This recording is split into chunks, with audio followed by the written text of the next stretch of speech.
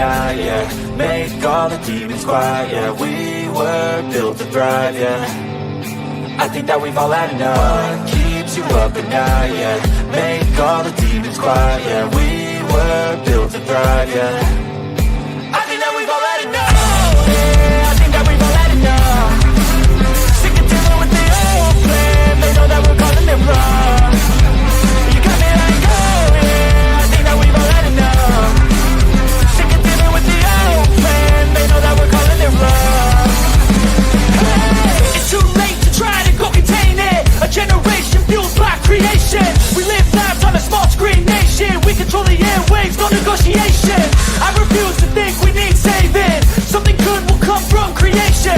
And when we think that the world is too anxious, we'll adapt, evolve, survive, and save it. What keeps you up at night, yeah. Make all the demons quiet, yeah. We were built to thrive, yeah. I think that we've all had enough. What keeps you up at night, yeah. Make all the demons quiet, yeah. We were built to thrive, yeah. I think that we've all had enough. Yeah, I think that we've all had enough. Sick of dealing with the old plan. They know that we're calling it wrong.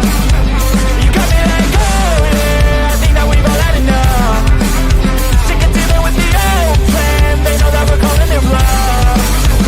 Hey, oh yeah, I think that we've all had enough. Sick of dealing with the old plan. They know that we're calling it wrong. You got me like, oh yeah, I think that we've all had enough. Sick of dealing with the old plan. They know that we're calling it wrong.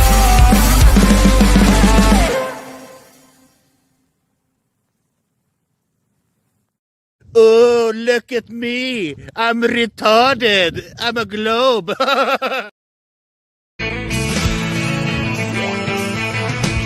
No one told you life was gonna be this way. Your job's a joke, you broke, your love life's the old way. It's like you're always stuck in second gear. When it hasn't been your day, week, your month, even your year. But I'll be there for you when the rain starts to pour. I'll be there for you like I've been there before. I'll be there for you, 'cause I'm there for you too. The whole system is designed to disconnect you from your intuition. Why? Disconnected people are easy to manipulate. Everything from sunscreen to politics to the food industry. It's all designed to disconnect and manipulate you. We are in the middle of a war right now, but it's not a traditional war. It's a war on consciousness. It's a war on freedom. This is the time to listen, not to the news. No, your intuition, your gut, your heart. Love is the greatest weapon against darkness. How do you love more? You begin by loving yourself. How do you love yourself? You listen to the messages your body is telling you. Nobody is coming to save you. Get up. Be your own hero.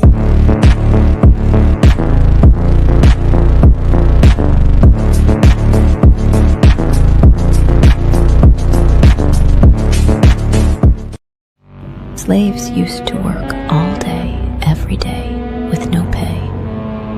But they got free food, water, and shelter. Today, we work all day, nearly every day, and we get paid. But the money we make, we spend on food, water, and shelter.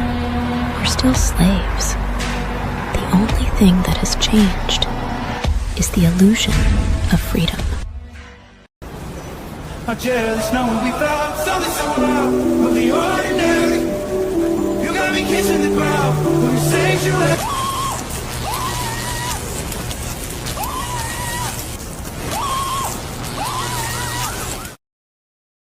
I'm scared, Dad. Do you trust me, son? Yes. Come on, son. Rule number 1, never trust anybody. Stop! Don't touch me there. This is my no-no sweater. I am struggling extremely with mental health issues, and I am trying to do that whilst being FTFE, and unfortunately, talking to flat earthers is quite painful. All right, thank you, Craig. Law.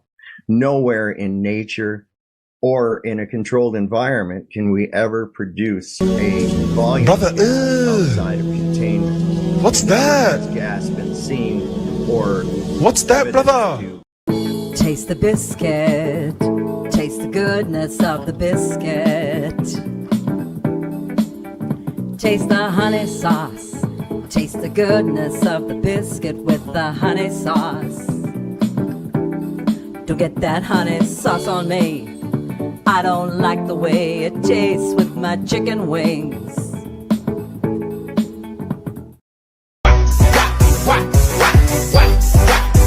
Now let me see you drop it to the flow, drop it to the flow then. Now lean in. Esta es una historia triste la que le voy a contar. Una historia triste la que le voy a contar. No tiene doble sentido, no vayan a mal pensar. No tiene doble. Esta es una historia triste la que le voy a contar. Chicken banana, chicken banana, chicken banana, banana, banana. I remember when I lost my mind.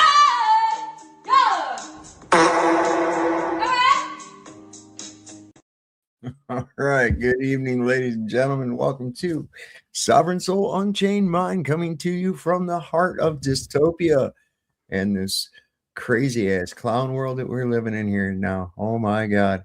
Here we got Janusz is with us, the God-loving anarchist. I got the True Few and a whole bunch of great people out here in the audience. Look at here. We got Saddlebum, Scotty in New York City. We got Veronica Joseph, Only Up Dudes, Fuzzy Boogers here tonight with us. We've got the Akinator. Who else we got in here? Who else? Keelan Prudhomme. All right, Keelan. Good to see you, my friend. Good to see you. Eldon Beans here with us. Lock Smart. Got a whole bunch of people in here. This thing is looking all fuzzy to me. Jeeps. Good to see you, ZXL Master. What a World is here. Post anything. We got a whole bunch of great people in this thing. If I missed you, I'll probably highlight one of your comments somewhere. There's Greg in Colorado. You have the longest 7-minute intro video I will watch. Well, it's entertaining, and we have dancing girls. So, there's that.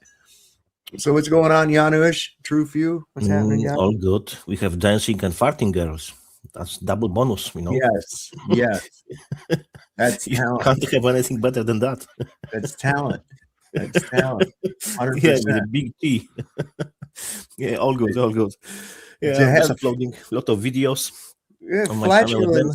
flatulence that is in tune with the music is a rare art form, and I think it needs more highlighting myself, Bubbling water sounds brought to you by Bubbling Water Sounds. Yes. And speaking of bubbling water sounds, this guy makes a lot of sense. Check this out. This is perfect.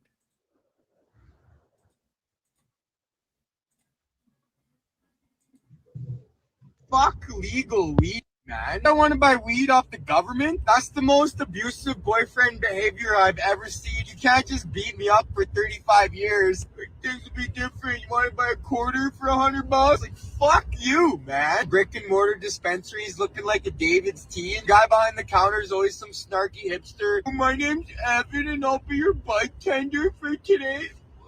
Do you know what kind of a high you're looking for? Are you looking for like a spiritual head high? Or maybe something more of like an earthy body stone? They never ask you that question when you go to the liquor store, eh? Do you know what kind of a drunk you're looking for this evening? Are you looking for like violent and horny? Or you want to call your ex-girlfriend crying at 3 a.m?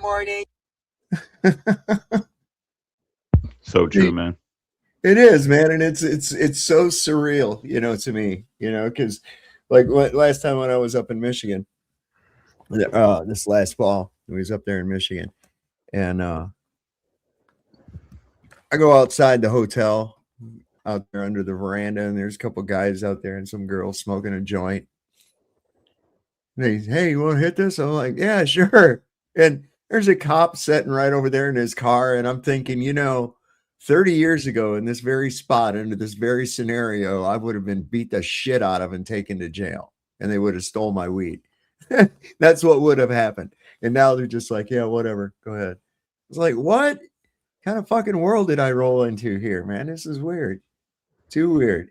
And listen, the Biscuit song has been revived everywhere. It's all over. I saw it on Twitter today. Somebody posted it. Look. Huh?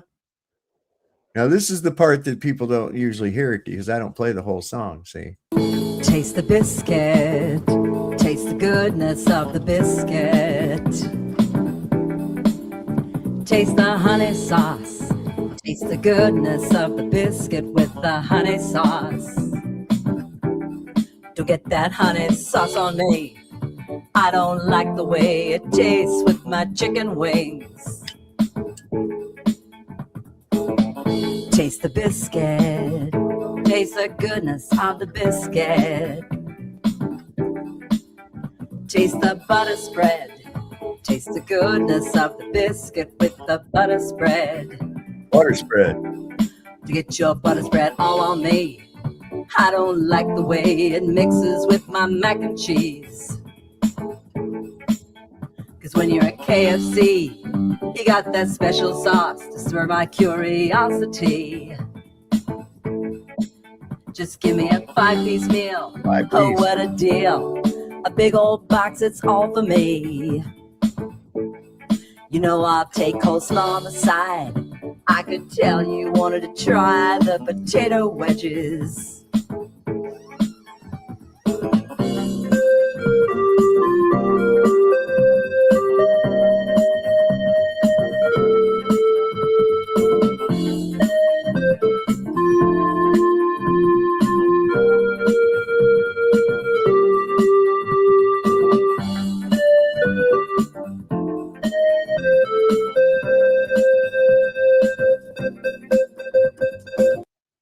See, now, I don't know how Andrew can think that that's a sexual. I mean, she even talks about the 5-piece, right? A box of chicken just for her, everything.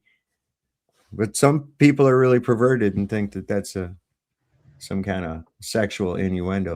Taste it. And it's not. It's just about biscuits, man. Well, you ever seen somebody hold on to a potato wedge? Hold on to it?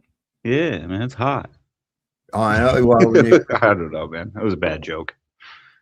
They do. Some of that shit comes out and it's fucking hot. Oh, here's Andrew. I think.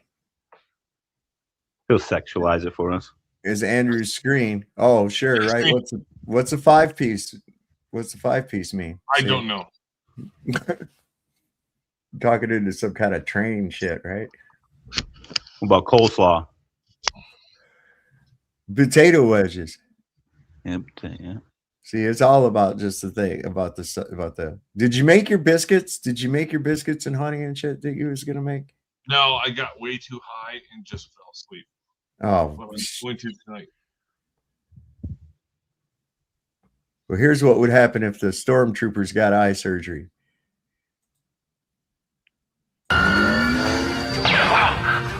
I can see.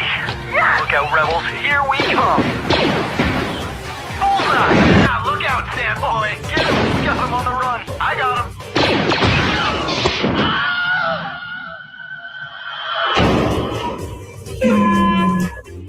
There's one. Just for stun. Really? Man, I said stun. I thought you said gun. I can't wait to tell Boss we got Luke and Leia. There's the old man. Take him out. Huh? Scallywags. So uncivilized. Hey, bro. Check this out.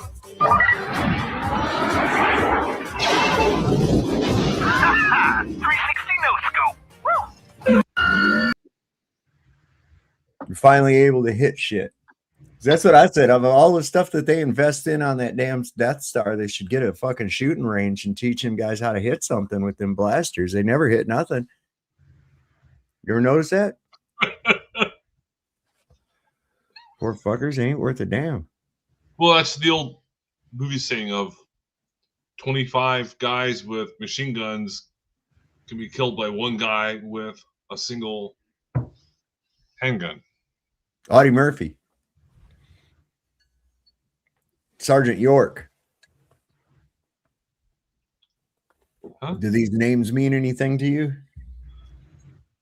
Sergeant York is a general, I think. Oh, sorry. Well, Sergeant is not. Sergeant York. General Sergeant York. Come on now. He's a World War I guy. He's from the hills of Kentucky. Got sent off to World War I, and he single-handedly captured, like, I think 27 Germans, a whole unit, single-handedly. And Audie Murphy, this guy, he was just like popping snipers all over the place, man. He actually starred in some movies from World War II after his tour of duty was over, to sell bonds for the war. And we got this war we can't pay for. We need you to start ponying up some money for it. And it's like, no. That's what they're fixing to do with this stupid shit. I mean, even when Carlson was asking Mike Huckabee about that, you know, he said about 80% of the American population is like, no, we don't need to be fighting Iran. We don't want war with that. We don't want that. And he says, you know, so how can you say that the American people are represented when this guy comes for his 7th visit to the White House, has that much access to the president of the United States, and the next thing, despite what the American people want, going to go to war with Iran because Israel wants it? What the fuck is that?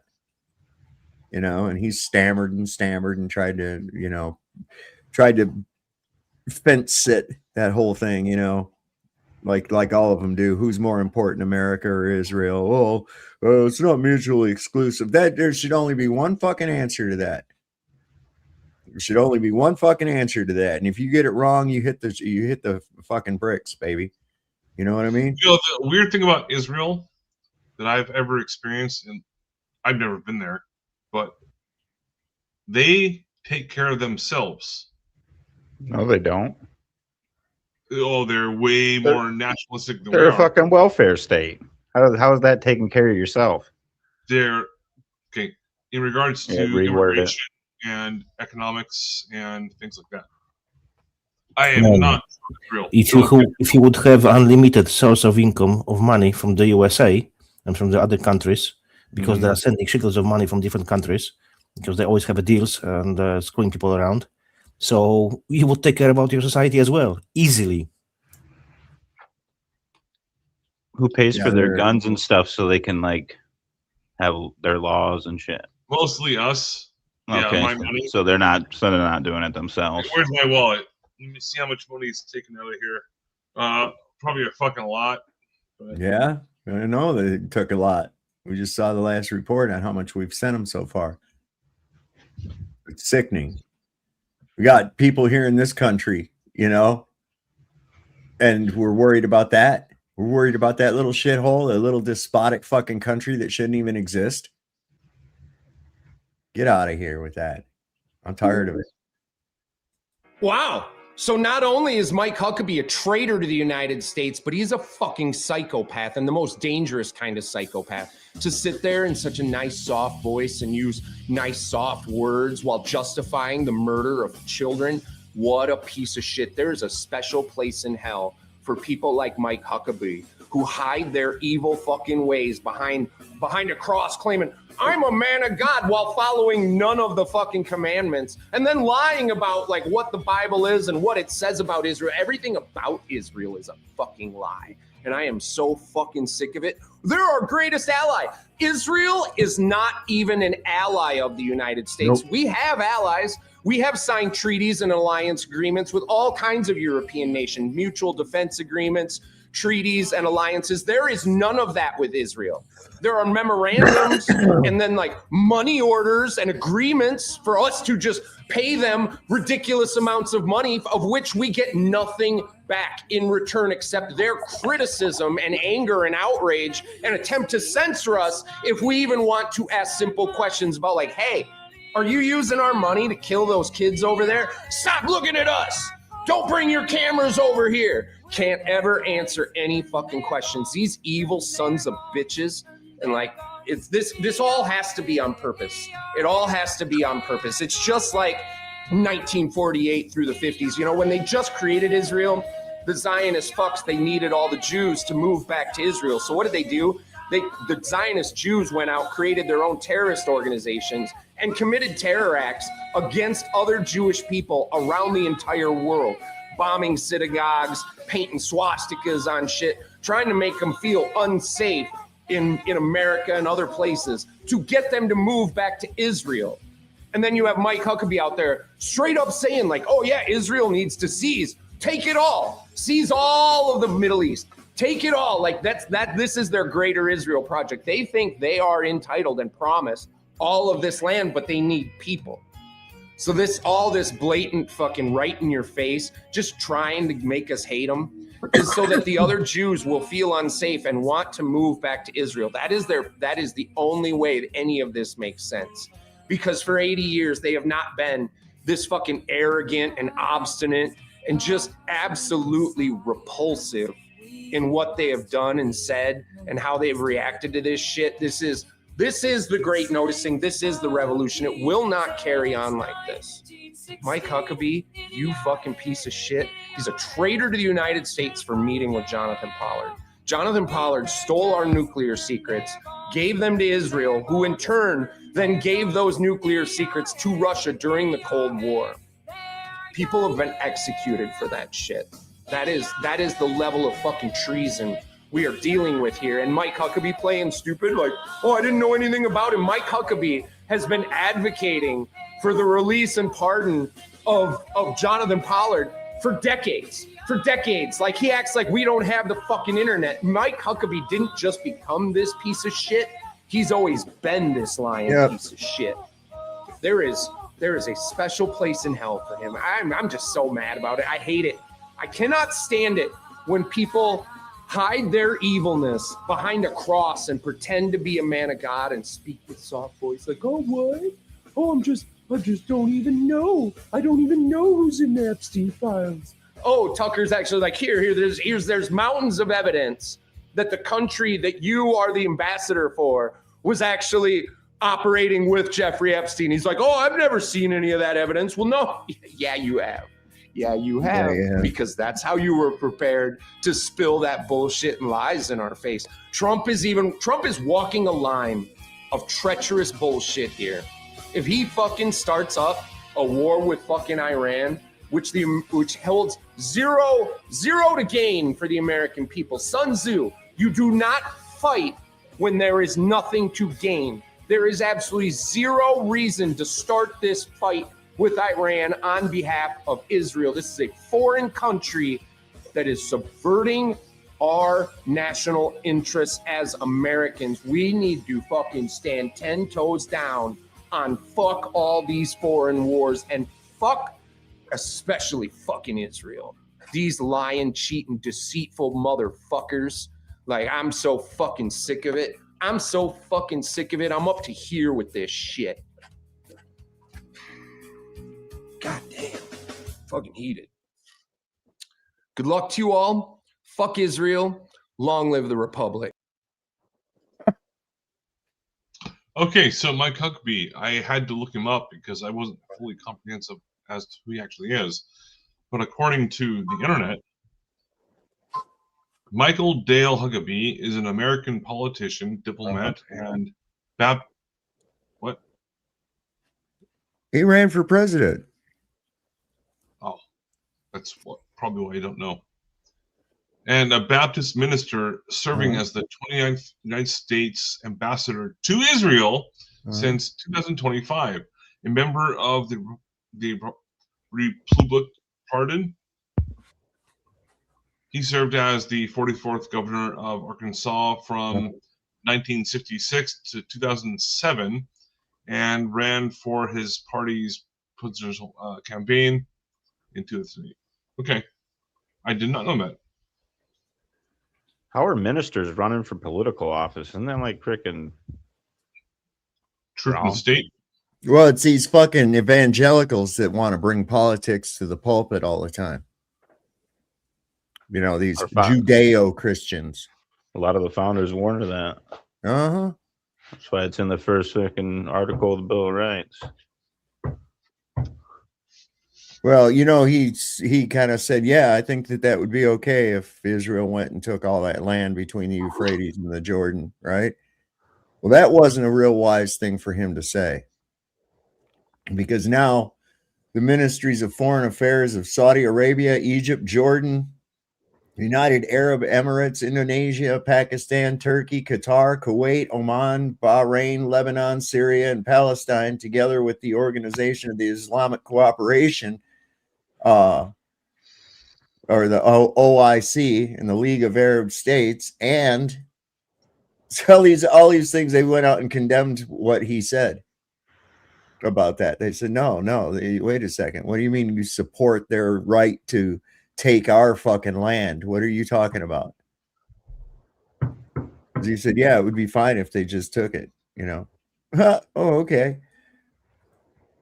Meanwhile, listen, this is beautiful. This right here is beautiful. This little girl was so cute, and kids are so innocent. This is why Bird isn't afraid of this little girl. A female cardinal just decided that she liked this little girl and was just going to stay with her. Look at this. Why is there a cardinal on your head? Because you know how to fly, so I can keep it. What is happening? I found it. That's a mommy cardinal. I was trying to grab it. Why? Well, it didn't know how to fly. I didn't know it didn't know how to It's probably going to poop on your head. Is it pooping? No. What? Oh. She loved me. See? She's a mommy cardinal. She loves me. Oh my gosh. What is happening? I love her. Here, walk home. Come here. Don't touch her. Come here. That is awesome. What is happening? When I found it over there when I was hold on tight. You can hold on to my hair tightly and it's still working. So can we keep her? You know, little bird stayed on her all the way home, up to the door and everything. Stayed right with her. Didn't want to leave. I thought If that doesn't make you smile, I don't know what will. I know. That's what I thought. I was like, God, this is just a world of shit that we're living in. That's little things like that you just go, oh, God damn it. That's what we're fighting for right there, too, man. Yeah. That right there. I thought when you were saying a cardinal, I thought it was going to be some sort of a baseball thing. No, Catholic. Oh, a cardinal on a kid. Yeah. Oh, yeah. That's not good. I thought that was going to be that kind of situation. And I stuck out, and I was like, you know what? That made me smile. Thank you very much. Yeah, I was like, and that's what we're fighting for right there. That's right there what we're fighting for. That innocence. That innocence is so pure that even just a bird who's skittish of everything else is just, all right, this little girl is not going to harm me. She means nothing detrimental to me whatsoever. And just boom, total trust. And that's that innocence, you know, that innocence. And these fucking monsters want to destroy that. They want to destroy that innocence. Oh. He was what, like 4 or 5 at most? If that. I don't know if it says on the thing how old she is. She looked like 3 or 4. Yeah, she only looked like she was about 4. She's about the same age as my granddaughter. That reminded me of her right off the bat, you know, too, because she's got long hair like that. and saw that little bird. And I was like, oh my God, that little bird could bail anytime. She's like, oh, Dave, she loves me. You Huh? have what, 3 kids? Yeah. Right on. I have 0 kids that I know of. So That you know of. well, yeah. So this is crazy too. Because I've made jokes about this before. Like be on a job and there's somebody that Spanish speaking, right? And so there'll always be somebody there that trying to communicate with them, but they think that if they just talk with a Spanish accent that they'll understand them better or something, you know? And it's like, what the hell? So this actually happened in Washington State on the for their driver's license bureau. This woman called them. Listen, this is pretty good. I just called the DOL and they're like, press 1 for English, press 2 for Spanish. Standard, right? I press 2 for Spanish. I would like to speak to them in Spanish. Tell me why it stays in English but switches to a Hispanic accent. Except for numbers. The numbers are in Spanish. So when you request Spanish on the DOL website, when you request Spanish, it stays in English, but just puts a Hispanic accent on. You have reached the driver licensing service line. If you are calling about a vehicle or boat, please press 1. Please press 1 for English. Para español, tripla rúscala. Sobo. Thank you for calling the Department of Licensing Customer Support Center. For assistance with scheduling a driver licensing office appointment, canceling an existing appointment, or questions about an upcoming appointment, please press 1. All other callers, please stay on the line. Thank you. To better serve you, will need the last 4 digits of your social security number and your date of birth. If you have a valid Washington driver license, or ID card, and a social security number, press 1. If you do not have both of these, press the pound key. So it just comes on there with a Spanish accent and says, oh, see, if you would like to see this, press ocho. You know, it's like, what? No, Mr. Superman not home. No. What the fuck, man? I mean, is this for real? We're really having this. This is where we live. This is we're going through it. Unfortunately, yeah, it's getting worse. This was pretty crazy. These people, group of tourists, made a strange discovery while hiking in the mountains of Istanbul. What they found shocked archaeologists and science. They found these massive fucking chains, man. Look at this.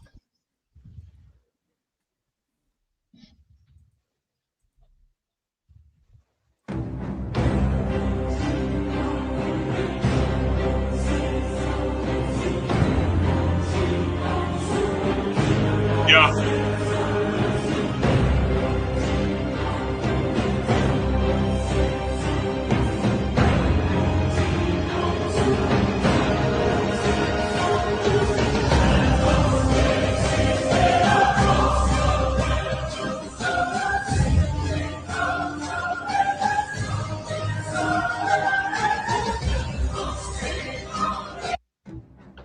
What the fuck are those for? I mean, that would take effort. I can tell you. Those are for modern day ships. They look like a ship. Why would it be in the mountains of Istanbul? Well, one odd thing that happens, I don't know, in Istanbul, yeah, that's like 1,000 miles inland. That one, I don't know. But when it comes to old tanks, they will take the treads off and use them actually in war zones as speed bumps. So I don't know, but those are the same size and shape of actual anchor chains for large aircraft carriers and things like that. Make you wonder why. Well, there ain't no aircraft carriers in the mountains of Istanbul, I'm sure. Yeah. But it only looked like that. It's It gonna only looked drop like that chain was sitting there for maybe a few years, though. Yeah. Not very long. You'd have to take some effort to get it there. You know what I mean? Every Yeah. single link of those would probably be 200 pounds or more. Yeah, easy. Easy. Oh, what's this? I don't remember. I don't even remember what this is. But we're going to play it anyways. What? Dave. Yeah. Never mind. What? I said, I don't even remember what this is. Oh, yeah, I don't remember what this was. That's what I was trying to remember. Satanic pedophile ring is ruling the world. No, dig a little deeper. Christians, Judaism. That's who's ruling the world. That's who's in those files. The God of this world. The God of child sacrifice. The God of bloodshed. Oh, have we been deceived? I saw somebody in my comments yesterday talking Democrat and Republican, and I just laughed. Understand this. There is no vote that's going to fix this. This system needs to burn to the ground. Everything you have been taught in this life is a lie. How are the American people going to feel when they realize their tax dollars are going to fund the murder and slaughter of these innocent children? And here's a thought, something to free your minds and expose how dark this really is. The human body cannot consume blood on the level that these things are consuming. Let that sink in. Nothing is as it seems. Nothing. And I'm not saying anything to put anyone in any type of fear. There's nothing to fear. They've been here since the beginning of time. This is not Democrat versus Republican, guys. It's more like alien versus predator. You've heard there was a skit kind of, and someone said, they should give to the aliens citizenship if they go after pedophiles, yeah? Yeah, give them their citizenship. Call it aliens versus predators. Exactly. I love it, man. Make it a game. That was so good. And let's break down what she said, that everything is a lie. 100% agree. Shape of the earth, theory of evolution, theory of Big Bang, theory of how it's called, what was that? Big Bang, evolution, gravity. Gravity, yeah, this one. A banking system, monetary system, law system, policing, government, schooling system, music industry, film industry, and so on and so far. Everything is a fucking lie. Doesn't work as we think it does. Nope. And this thing, they rely on you believing their little illusionary bullshit. If you believe all that crap that they've taught you, then you're just going to go along thinking the world is one thing when it's in fact another. And one of the most important ones is this fucking left-right bullshit that they need to get out of. They need to get their fucking heads out of that right there. There is no left versus right. It's us versus them. And that's all there is. And if you say to the people, look, that's not true about something. What does it matter? Like about shape of the earth.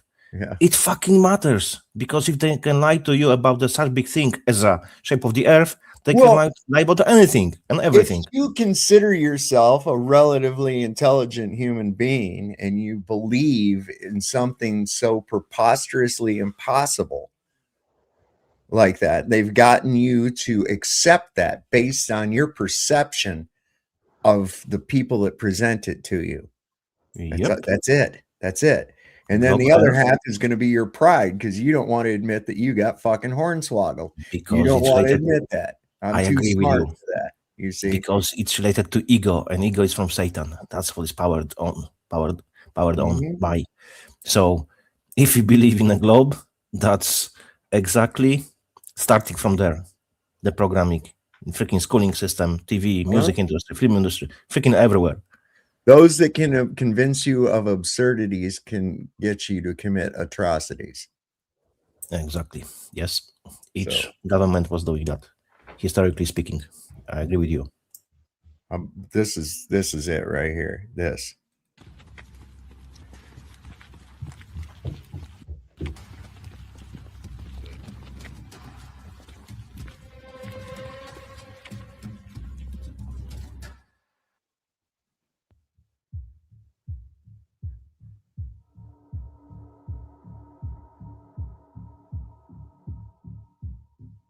The security situation in the nation's capital has deteriorated rapidly this evening.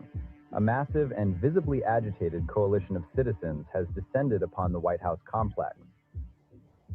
In a volatile display of force, demonstrators from opposing ends of the political spectrum are marching in lockstep, many openly carrying firearms and tactical equipment. The air is thick with fury. The collective roar of the crowd voices a unified ultimatum against the deep state, demanding an immediate end to the oligarchic structure they believe has hijacked the federal government. Moments ago, Donald Trump was visually confirmed peering out from behind a curtain in the residence, silently surveying the scale of the armed unrest below. Inside the executive mansion, the scene is reported to be one of high anxiety and confusion. While official details are scarce, sources confirm that a gathering of the country's most powerful and influential figures is currently taking place within the West Wing. Reports describe a palpable sense of dread permeating the hallways, with these elite guests reportedly in a state of visible distress as the shouting outside grows louder.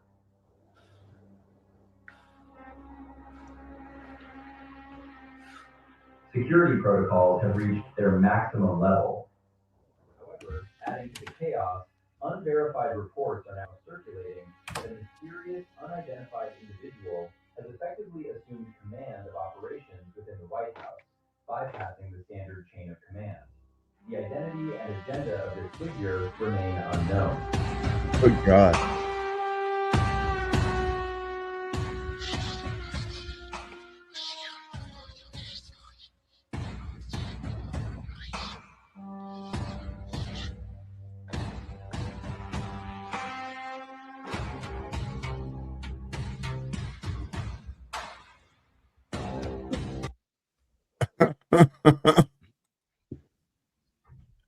I like that.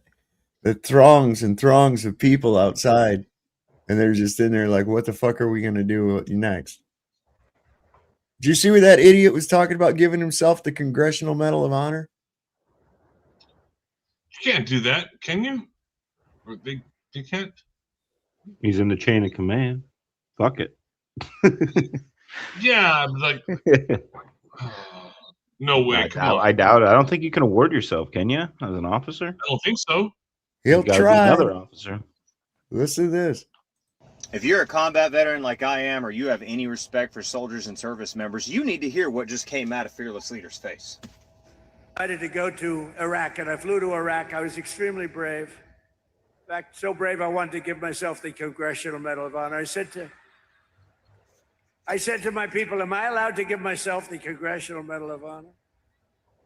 And, you know, I've given out so many to guys that are seriously brave. I mean, they come in with the arms are missing, the legs are missing. The stories are so unbelievable. And I said, no, it's a little stretch if I gave myself one of them. But it's one of those things. Someday I'm going to try. I'm going to test the law. Brandon, I'm going to say, let's give it a shot. Maybe I'll win in court after everyone sues me. If the radical left lunatics sue me. If you don't see the problem with that, I don't know what to tell you. Oh, he's joking. This man doesn't make jokes. And if he was joking, he wouldn't have said all the things that he said at the end. And even if he is joking, that is in total disrespect to every single person that has ever won the Congressional Medal of Honor, that has ever been awarded that honor because of something that they did. Oh, I flew to Iraq. I was so brave. You know what? I was there too. I got shot at. And it's no big deal to me because there are people that have been through far worse and been in far worse situations than I was ever in.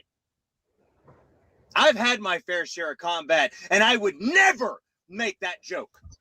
Ever. Because the people that earn Congressional Medals of Honor have done extraordinary things.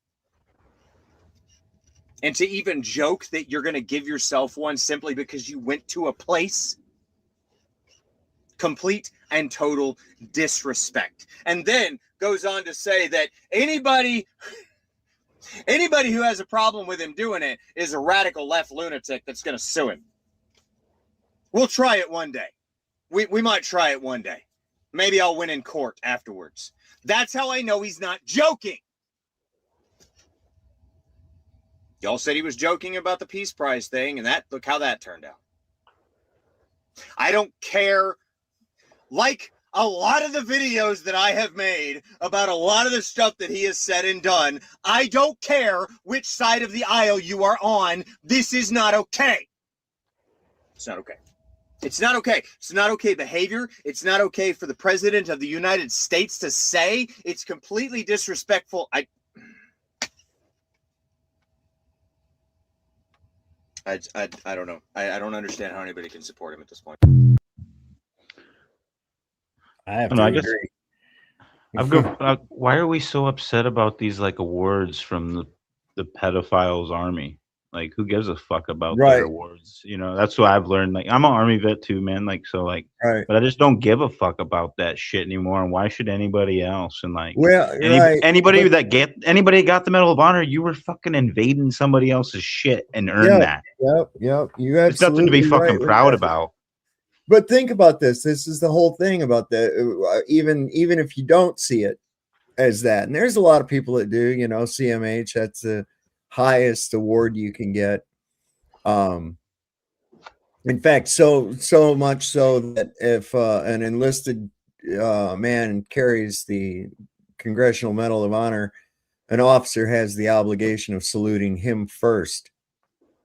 That's how that, you know, whereas normally it's the enlisted has to salute the officer. The officer has to salute the enlisted man that carries the CMH.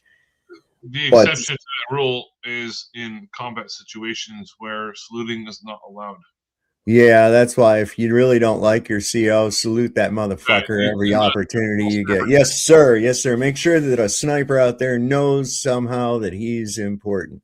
Yeah, it's fucked up, and you can get. Yeah, well, 3 months after we invaded Afghanistan, they're fucking saluting over there. Yeah, I was trying to detract from then Iraq. Well, yeah, that's. I mean, this guy. I mean, but it's reserved for people that have done extraordinary and heroic things. You know, you just going to Iraq does not warrant the Congressional Medal of Honor at all, Mr. Bone Spurs Taco Tits. No. And you know, he's about half serious about it because like that dude said, you know, we thought he was joking about the fucking peace award too, right? He wasn't. He whined about that until the person that got it actually gave it to him. What is required for someone to actually earn a Silver Star or a Medal of Honor? I don't know the exact requirements. I don't either. I'm not on that board. I'm not going to be dumb enough to try to get one. Yeah, neither am I. But I did earn 2 medals when I was in for saving someone's life, and then also, well, both of the times. But that's irrelevant. When it comes to what I just saw you share, I had to revisit that part of my life, and I'm not against it, but unagainst it. But it made me tear up a bit. Well, we've got a whole nother generation that I bet you by weekend's end will be embroiled over there. I'm pretty sure. Oh, in Iran? Yep. Monday, probably. I actually have a theory that it's going to be a nothing burger. I don't know, man. My theory. Son of a. I mean, how dare you? The U.S. government can't go bankrupt because we can print our own money. It obviously begs the question, why exactly are we borrowing in a currency that we print ourselves? There is no question that the government prints money and then it uses that money to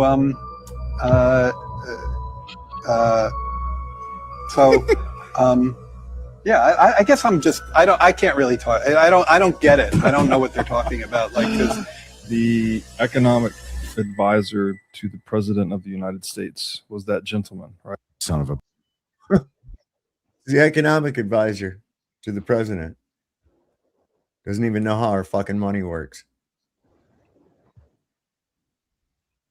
I guess they executed somebody in Grand Rapids, Michigan today. He was handcuffed behind his back, had a dog mauling him and shit, and then they shot him. What? Yeah. Can you show it? Yeah, I guess. I mean, part of it, at least.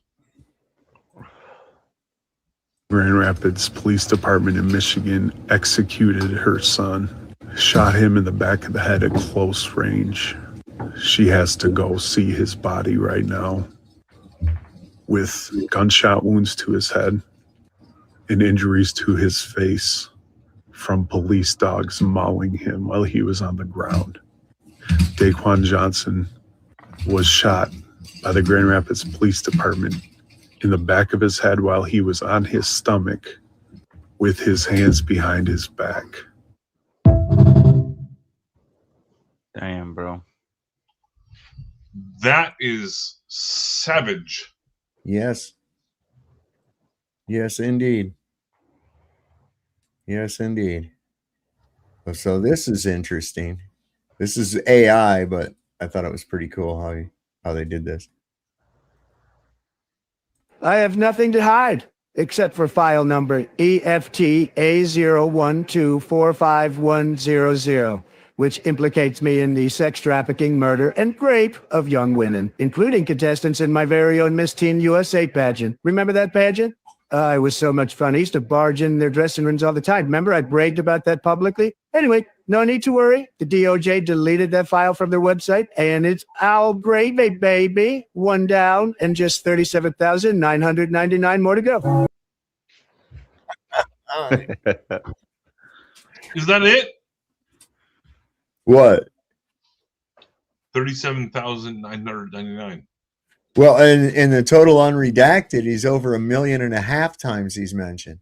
That's what I said. Yeah, that's it. And here's the thing: you can pretty much assume that anything redacted is him, because there's even the word "don't" was redacted. Now, just think about that. Why would the word "don't" be redacted?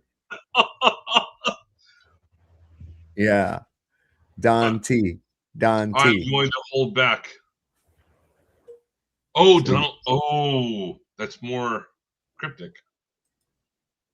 Yeah, because it's a Don and a T. They were going for broke every instance where he was mentioned. Oh, I was thinking a little more. Yeah, because the word "don't," D-O-N, Don T. Trump, yeah. No, I was thinking like, don't do that to me. Oh no! It was his name. Way worse. They're trying to redact his name. See, probably they just gone by some kind of program, and they have written Donald, and variations of the name, Trump, so wherever it was mentioned, or abbreviation of those, it was just marked as unreadable, right? Right. I like to keep a little levity here. This is pretty good. What's the female equivalent to unsticking our balls from our legs? I knew there was a reason that I have followed this guy for so long. These are my kind of questions. No, I am not lactating. I spilled my beer on my shirt. Okay, so my first equivalent would be like, okay, here's your flapper jacks, the old coot flaps. Shit, I mean they ain't gonna be. Look, if you could do that with your flaps, that's fucking weird. Okay, so here's the moose knuckle, and like you're sitting in the car and you just have to fart so bad. And then you let it out, but you're sitting on your butt cheek. Well, of course you're sitting, and then the The fart just comes right up in the cooter crack, and then it goes bloop, bloop. I don't know. Come on, that's that's the equivalent, because I fucking hate that shit. It's weird. All right, so the next equivalent is when, like, I'm just using a shop towel. God, babe's gonna kill me. Here's the muff clappers when they get stuck together on a hot day, and you kind of got to stand. You kind of got to do a fucking jumping jack and like peel them apart. That is just the best feeling. Definitely the third is taking your bra off. You gotta let them orangutan titties fly. You gotta let them if they touching your knees, you know what? It's fine. You earned that. Just you let them things fly. I mean, honestly, come to think of it, like if you have them old saggy bags like I do, and it gets stuck to your stomach when you're braless and it's a hot summer day, when you peel that thing off like a piece of fucking duct tape, and then you put your bra back on. I mean, that's equivalent. I think the flapper fart is like I don't know. What the fuck? Nothing. I was talking about cooter fart. I'm sorry. I'm going to bed. all right. She's pretty open and direct about it all. I think that was either AI or highly scripted. Oh yeah, she of course that was scripted. Of course it was. She's doing that to be funny. She's not ugly. No, she's very easy on the eyes. I'll have to admit that. Very easy on the eyes. I have a friend, former CIA officer, Carico, who was at the White House this morning talking to his friends. Chiraco, and he says that a decision has been made to attack Iran on Monday or Tuesday. The president yesterday gave the Iranians 10 days to accept our proposals for an end to their ballistic missile program, an end to their uranium enrichment program, an end to supporting groups in the Middle East like Hamas and Hezbollah and the Houthis. But he's done this before. Well, he'll give you 10 days, he'll give you 2 weeks, and then he'll just attack 2 days into it. He thinks that keeps people off balance. And so he said that there are battle lines, that the anti-war forces are J.D. Vance and Tulsi Gabbard. He said that that's it. He said the pro-war people are led by Marco Rubio and include Pete Hegseth and now the Joint Chiefs of Staff. And I stopped him on that point this morning. And I said, wait a minute. I said, during the Iraq War, at the start of the Iraq War, the most stridently anti-war component was the Joint Chiefs of Staff. They were always the last ones that wanted to attack because they know what war is. And he said, but you forget, Trump has replaced all of the Joint Chiefs this year, in the past 12 months, which I had forgotten. Any of these four-star generals who, had worked their way up through the ranks, but had served under Biden, he fired all of them. All of them. And he promoted people that he knew would be politically loyal. Do you think this is to distract from the current scandal? Probably in part, yeah. How about them saying they're going to release the UFO files last night, which I've wanted released forever. But I know, right? Timing, I mean, we've been talking about this for years. The timing. Yeah. And doesn't that go against everything? Like them tacking on Monday, they always do it on a weekend so it doesn't shock the market. I like how they announced that. It was probably Monday about 2:15. Well, apparently they've been bombing and doing like Mossad's been like attacking stuff for the last couple weeks there in Iran. Oh yeah. And Iran's been just blaming it as like they're having gas leaks and stuff like that. But we've been hitting in like infrastructure and stuff while we're setting up, just like we did in Afghanistan and Iraq. Here's from an old movie from 1943, made by the United States Army. Check this out. Class, I don't have a lesson plan for today, so we're just going to watch a movie. Yay! All right! An educational movie from the 1940s. Boo. Don't Be a Sucker was made by the U.S. Army to warn Americans about what happened to Nazi Germany. I'm just an average American. But I'm an American.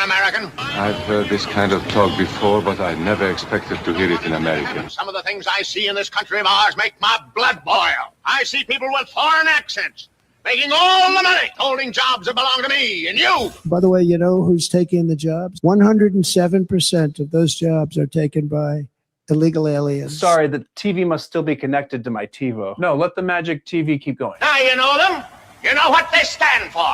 And it's up to you and me to fight them. We got to take America's streets back for the American people. I saw it first in Berlin in 1932. These men were all fellow Germans when they came here today. Now they were split into rival groups, suspicious of each other, hating each other. That's how Hans became a Superman. They gave him a uniform and they pumped up his ego. According to DHS, more than 80,000 people have applied to ICE since they launched their hiring campaign a week ago. All playing a sucker's game. They gambled with other people's liberty. ICE agent broke down the door with a battering ram. The Jews were not powerful, but they were a convenient excuse for all the nation's ills. I'm literally a U.S. citizen. They found that truth does not die easily. And so they decided to abolish truth. This officer was hit by her vehicle. She weaponized it. Education was discouraged. Figure out what you need to do to get your kid out of the government school system. The Trump administration is stepping up its push to break up the Department of Education. You couldn't see this movie or listen to this music. Bad Bunny is going to headline the halftime show. ICE will pursue immigration enforcement at the game. Hundreds of Catholics were put in jail. They were putting handcuffs on my arms, and they asked me, "Are you afraid now?" To which I replied, "No." Here in America, it's not a question whether we tolerate minorities. America is minorities. Wow, this film was woke. This film is from 1943. We'll never be able to call this country our own until it's a country without Freemasons. Hey, that fellow's talking about me. And that makes a difference, doesn't it? Like I say, I was Trump supporter. I voted for Trump because I thought it was going to be the things, like just go against criminals. Oops. Looks like it switched to the DVD. No, this is fine. Yeah, I need a break. I used to slap the bass. 1943. We went right for it, man. I was saying that. I says, God, there's such a parallel to this, what's going on to what was going on in Europe in the 30s. The fascists in Italy. People often forget about Italy. They don't realize that, we were at war with 3 countries when we went to war in World War II. We were at war with Japan, Italy, and Germany. Yep. To be honest, I don't recall if there was any situation when the USA has been invaded, like a mass invasion. I'm not talking about Pearl Harbor, because it was all bullshit in a way. Well, remember the Alamo. Well, that wasn't even that wasn't the United States. Technically, yeah. And I guess if you consider the Canadians that came and sacked Washington, D.C. in 1812, outside of that, the only other Dakota War in 1860s by a foreign nation on American soil, and let's face it, Pearl Harbor wasn't even American soil yet. Yeah, because it wasn't a state. Hawaii wasn't even a state yet. Now, if the Mandela effect tells us that there was a saboteur set off an explosion, the Black Tom explosion in New York, that blew out windows all in the lower parts of Manhattan. But that's a new thing to me. But no, we've never had like direct attack on American soil. I think there were some the Japanese sent these incendiary bombs on balloons, and they were going to set the woods of the Northwest on fire, and they didn't work out too well. So maybe there was no like a proper war versus USA ever. Like for example, in Torpedo Alley off the coast of North Carolina, that's a new thing too, where they were scuttling ships that were leaving out of North Carolina. That one I'm naive of, but when it comes to a question I asked a few months ago. Is there any reason at all that would be reasonable for a country to declare war? Most people said no. For country, no. For government, yes. But government is not the country. I asked that on this channel. No, there is no. For a government? For government, there is. For country, no. Declaring war. Yeah. An organization, country, society, culture, whatever. Mostly military-esque. Well, there again, it's at the behest of a government. It's not the country. You know what I'm saying? They always have to try to get the people of the country on board with it so they can get you to go along with it. And our history has shown that it's been a series of false flags every time, from the Maine all the way to the Lusitania, all the way to Pearl Harbor, all the way to the Gulf of Tonkin, all the way to 9/11. I mean, it's just been a series of false flags to get us on board with going after somebody, always perpetrated by our own government, you know? Yeah, I mean, they knew Pearl Harbor was going to be attacked. They put the ships there to be attacked. That was it. What the fuck advantage did we have? We weren't at war with anybody. Why would you take your protectorate, the United States Navy, move it away from your west coast and put it out in the middle of the fucking Pacific Ocean where it's vulnerable from 360 degrees and too far away to respond to an attack on the coast of the United States? It was dumb. In fact, the admiral in charge who protested that move, he was fired. And Roosevelt put another guy in there. And yeah, that whole thing was set up to get us to go in it, to be at Churchill's behest. Because if we went to war with Japan, by default, we went to war with Germany. What is the name of the, I forgot the name, in the USA, the flying defense system? The what? Planes and so on, defense against NORAD? NORAD, yes, NORAD, thank you. So why it was kind of on hold during 9/11? Because it had to happen, right? Yeah. So they had to bring the idea of the planes hitting the freaking towers. Well, and they ran a drill too. They Yep. were running a scenario of planes being hijacked to be flown into the World Trade Center. Isn't that a coincidence? Isn't that a fucking coincidence? Always is, each single time. Yeah, and so that's why. Oh yeah, the Boston bombing. They were having a drill for a bomb at the Yes, Marathon indeed. at the exact same time. Oh yeah, and Sandy Hook, they were having a drill of an active school shooter just about a mile or two away from there at the same time. See, what that does is it offers plausible deniability. Is this real world or drill? Oh, I thought it was part of the drill. I thought it was in a drill. See, everybody thinks it's a drill, and they pull the plug and do it for real, or say it's real. You see, they've done this every time. They've done this every fucking time. The Lusitania. Listen, the German Navy had been putting ads, putting notices in the American newspapers warning people not to travel on the Lusitania because it was known to be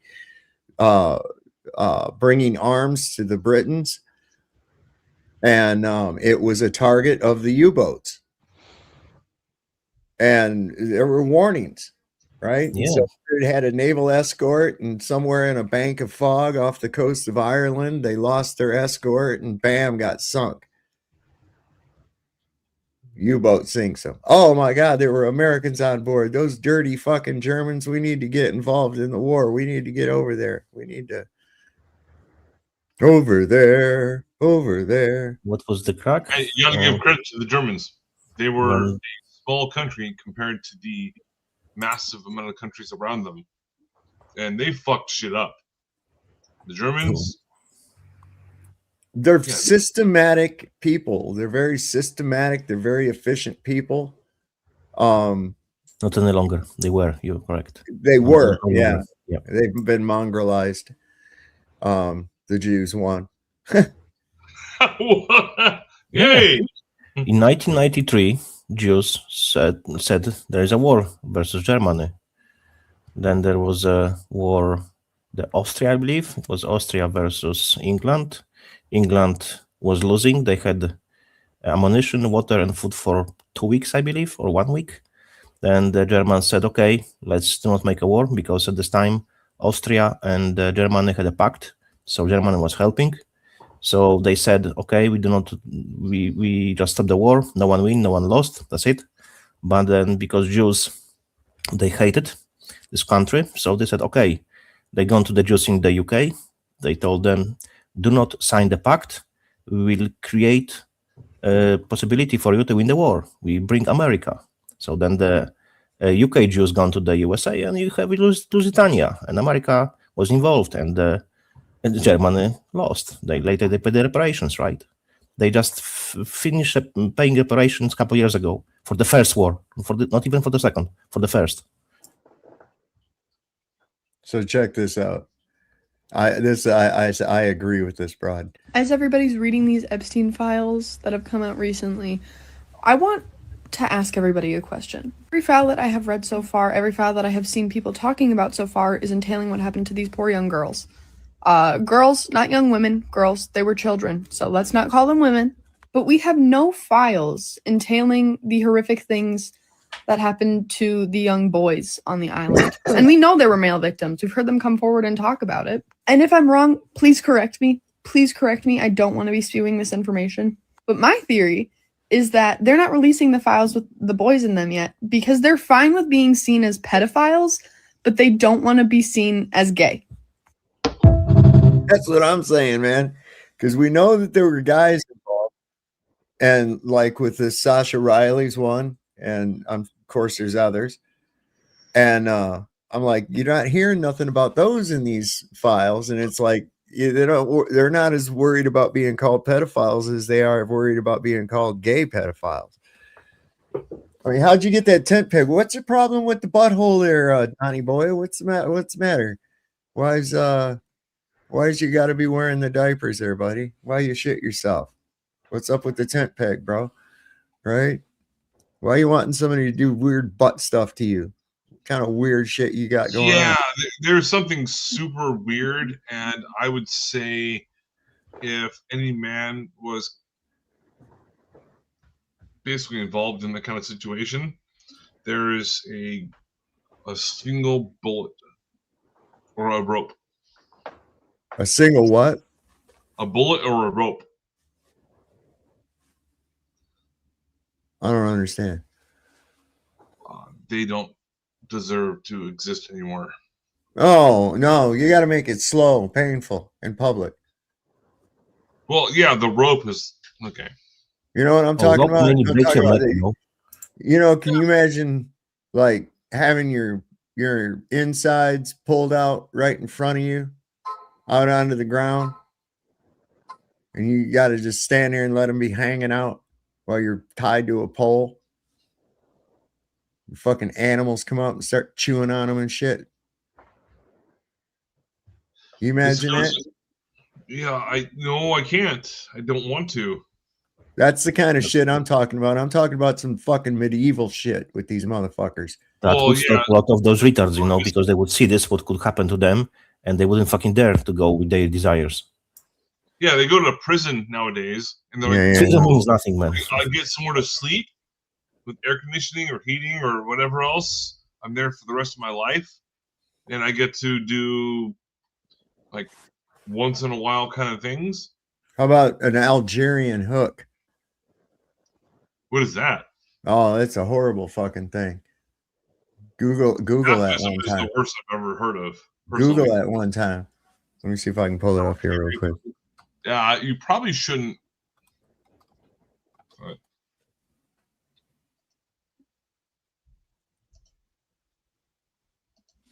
Okay, so basically what it is it's like a big hook, right? And they stick it through you, like through your side and then out the other side, and then you're hanging on this hook like that until you fucking die, and it takes a long time because you're impaled on this hook. That's like 3 or 4 days. Yeah, it's pretty bad. Chinese bamboo is good, Yeah, good as I well. was just thinking that. Get out of my head. Yeah. Wow. Why are we talking about? Because when I think about these motherfuckers having that shit done to them, I feel good. It's a relief. It's a pressure valve to this goddamn chaos that they just do it with impunity.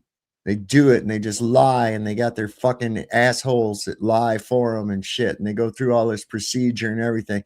We ought to be grabbing these motherfuckers up and doing this shit to them like immediately. Fuck them. They're nobody special. They're nobody special. They're no more. They're definitely not anybody special. They're animals. They're the worst of the worst. Look, you People should have look in up the, to them, move out of their way and shit. Fuck them.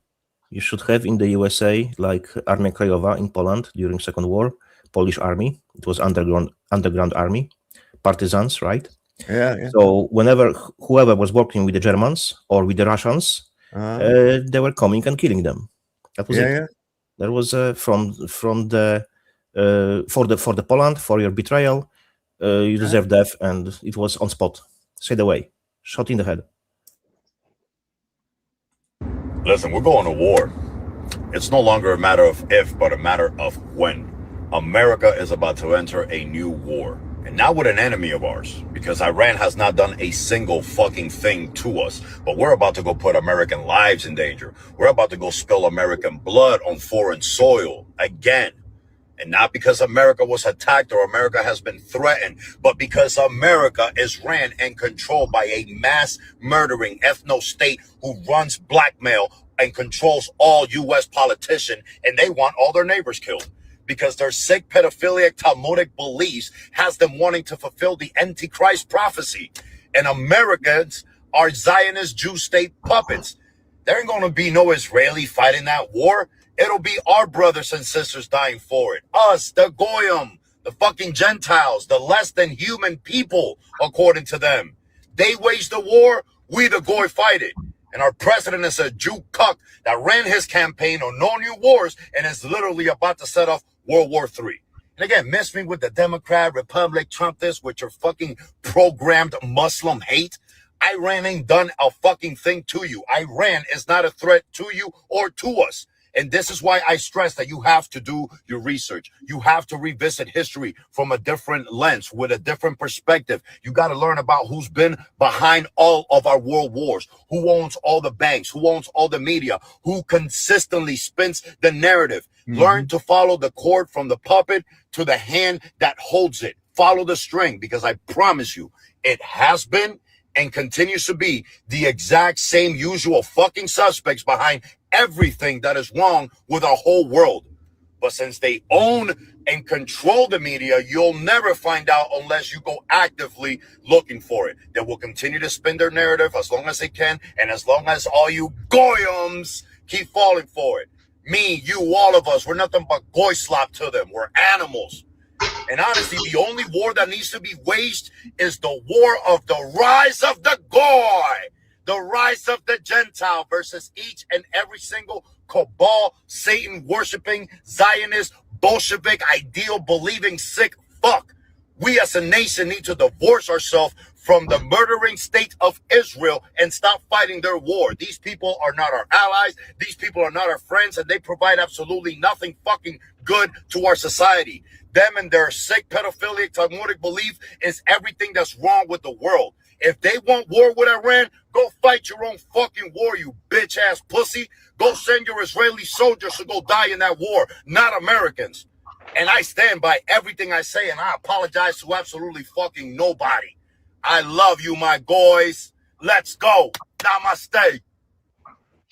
Okay. I like his energy, man. He is correct, but I have two things about him. What now? I have two things about him. Probably it was by mistake. He was showing 666 with the hand. Okay, happens to me as well. Okay, happens. But why the fuck he had a red string on his left wrist, which exactly on the left hand, it symbolizes Kabbalah, and he's speaking against them. So what the fuck? They're everywhere, man. Oh yeah, this was some fucked up. This was Tucker Carlson talking about. Now this was fucked up what they done, man. And as we're seeing from the interview, have you watched much of the interview at all, Andrew? Any of you guys that he did with Huckabee? Just what you've shown. Yes, I did. I've seen full television video on my channel. What, Andrew? About 5 to 10 seconds. That's all you've seen of it? Yeah. Oh, listen, he pinned him down hard on some shit, boy. You know, questions that we ask.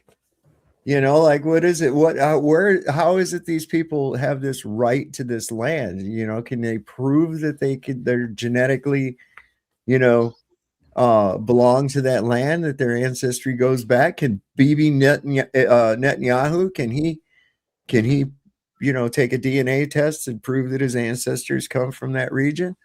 You know, and Huckabee, boy, he didn't like that shit, none whatsoever. But this is Tucker talking about his detainment. It's a couple minutes long, but it's kind of interesting him talking about his detainment there, and he makes a lot of great points. I mean, it's like, what the fuck? Why? This interview, it was cordial, and at the end, we're set to fly out. We have a time, we have to get out, and the plane is sitting right outside, and we're ready to go. And for some reason, the Israelis still have our passports. There are 5 of us there, and 4 of us are flying out on this plane. One's flying out commercial with our gear. So my business partner and I, we're standing there. We've never left the airport, never went anywhere. But our 2 producers have spent the night before in Tel Aviv, and they're called into rooms and given the 3rd degree. Now, keep in mind, they're about to get on a plane and leave. In fact, we're late. We have to get out of there. We have a slot to get out. And security, whoever this is, won't let them go. So I don't really know what's going on at this point. I'm like, where are our guys? We got to get out of here. So one of them comes out and he says, that was the weirdest experience of my life. They asked me questions about the interview. Who did you speak to? Keep in mind, this was like 8 feet from where we did the interview. Well, the U.S. ambassador. I'm like, Huckabee, what did you talk about? Why did you ask those questions? Was it a hostile interview? And of course, everything in the diplomatic terminal is taped. Everything in Israel is taped. It's a police state. It's a surveillance state, obviously. You go to Israel, they put software on your phone. Everybody knows this. And they've got a copy of the interview that he doesn't even have. And he's the one that did the interview because it was in the airport. Like he said, everything is fucking recorded, everything's taped and everything else. So what the fuck are you asking these questions about? What is it? It's just, I think it was just intimidation, but pretty fucking crazy. I wouldn't go over there for nothing, man. I got no reason to want to go over there. They're constantly spying on you more than probably any other country. And so they know the answers to these questions, but they're asking my producer, like, where do you work? How many people work there? Do you go to the office? Where is the office? What are their names? They're doing like an intel op and a humiliation exercise on my producer. This isn't security. We're leaving right now. And they're holding his passport. The interrogator is holding the passport in his hand as he's asking these questions. So he's telling me this. And I said, this is the most outrageous thing I've ever heard. Huckabee's gone by this point. You're an American citizen who's just had a conversation with the U.S. ambassador, and some thug is demanding details of that conversation. I hope you didn't answer. And he's like, no, I didn't. I don't know what to say. Meanwhile, our last guy, the youngest man who was traveling with us, our last producer, is still in a room being questioned. I pull over one of the guys and said, we got to get out of here. So I don't know what this is about. It's outrageous. And there's nothing I can do about this point, but we got to go. And this woman comes up to me and says, look, let's just go. We're going to bring you to the plane and he'll come later. I said, no, it's my producer. He's being interrogated, asked totally over the top, fully inappropriate questions that have nothing to do with security at all. Pull up your website, show us your text exchanges with other people on your staff. What are your politics like? And again, what did you say to the U.S. ambassador and what did he say back to you? Those are not relevant questions if you're trying to keep your country secure. Those are intel questions. And they're over the top. And I said, I want this guy out now. Let's go. We got to go. And they said, no, just leave him here. We'll bring him to the plane later. Twice they told me that. Just leave your guy behind. No, I don't think so. So I was enraged by this. Get on the plane. We get a text from a reporter who somehow knew that this had happened. I have no idea how. I had no interest in publicizing it, actually. There was, a long trail that showed that the U.S. Embassy had been coordinating against us in a public relations battle before we even got there. They were leaking that we demanded to do it at the airport because we were afraid to go into Israel. We're cowards. Okay, we're cowards. Right. And so they wanted him to go into Israel really bad. And I can understand that. That's sort of like, you remember that trick gum? It's not real, you go to take the piece out and it snaps your finger. You know the one I'm talking about? You could always tell if a fucking kid would come up to you and say, hey, you want a piece of gum? And you're like, no. They're like, go ahead, have some. It's really good here. It's free. And you're like, now you're getting really suspicious of it. It's like, why the fuck does this kid want me to take this gum so badly? And you see him try to give it to somebody else too. He was like, okay, what the fuck's up with the gum that you're trying to give it away for? It's the last piece. What's up? So I'm saying, why do you, come on, here's some free, like that bowl of free bird seed for the Roadrunner. You know what I'm saying? I just said to the reporter by text, they pulled my guys into a room, interrogating them. This is outrageous, et cetera, et cetera, et cetera. The interesting thing is, I never heard from Huckabee or anybody to this moment from the U.S. Embassy about what security did to my producers. They didn't ask us. And instead, Huckabee went out and called me a liar. So it raises, again, the question, who exactly is Huckabee working for? We're American citizens in a foreign country. He's our ambassador. He represents our country. We pay his salary, but he's taking the side of the foreign government without even calling to say, hey, what happened to you at the airport? Did you get hassled? Did your guys get hassled? No. He just immediately repeats their lies without even consulting us. So, what are we looking at here? We're looking at the reality, which is if you're an American in Israel, you can be certain that your government will take the side of the Israeli government and not your side. And really, is that so different from the experience of Americans in the United States? Can you be sure that your government will take your side over the Israeli government? No, of course not. They will always take the Israeli government's side over yours. And that's the core problem. Even if you support a war with Iran, I think the most pressing issue for Americans is that we kill the Ayatollah or whatever. You still have a fair expectation that your government, because it is yours, you pay for it, it exists to serve you, and for no other reason, you have an expectation that your government will take your side against a foreign government. But the daily lived reality, the obvious truth, visible to every single American, is that's the opposite of reality. In fact, if you criticize Israel in your country, your government will work to censor you. If there's a standoff between you and Bibi, you know whose side your government's going to take, Bibi's side. That is not sustainable. That is too humiliating. It's too clearly an inversion of the natural order. Your government exists for you, not for a foreign government. But that's not how we live in this country or in Israel. So that's what we learned. And one last thing. The Israelis apparently went, probably with the help of Mike Huckabee, went to the surveillance tape inside the diplomatic terminal and pulled some clip. And they're, of course, getting all their little bots online to promote it, of me with my arm around somebody to show that actually I'm lying about what happened. That person was our driver who drove us from the plane to the terminal, a short drive. Very nice guy, good guy, Israeli guy. And right when we arrived, and he said, "Could I get a picture?" Of course. He's a nice man. So I just put my arm around him, took a picture. That's what that is. That was before the interview. It was before our producers were hassled by the thugs and asked ridiculous questions. It was before any of this happened. So that's just another installment of the propaganda war. Thought we'd give you the backstory on that. I was wondering, I was like, what the fuck were they asking him? Why were they doing? Why did they detain him? Did we get any answers? And then I ran across that. I was like, well, that tells us a bit, what the fuck?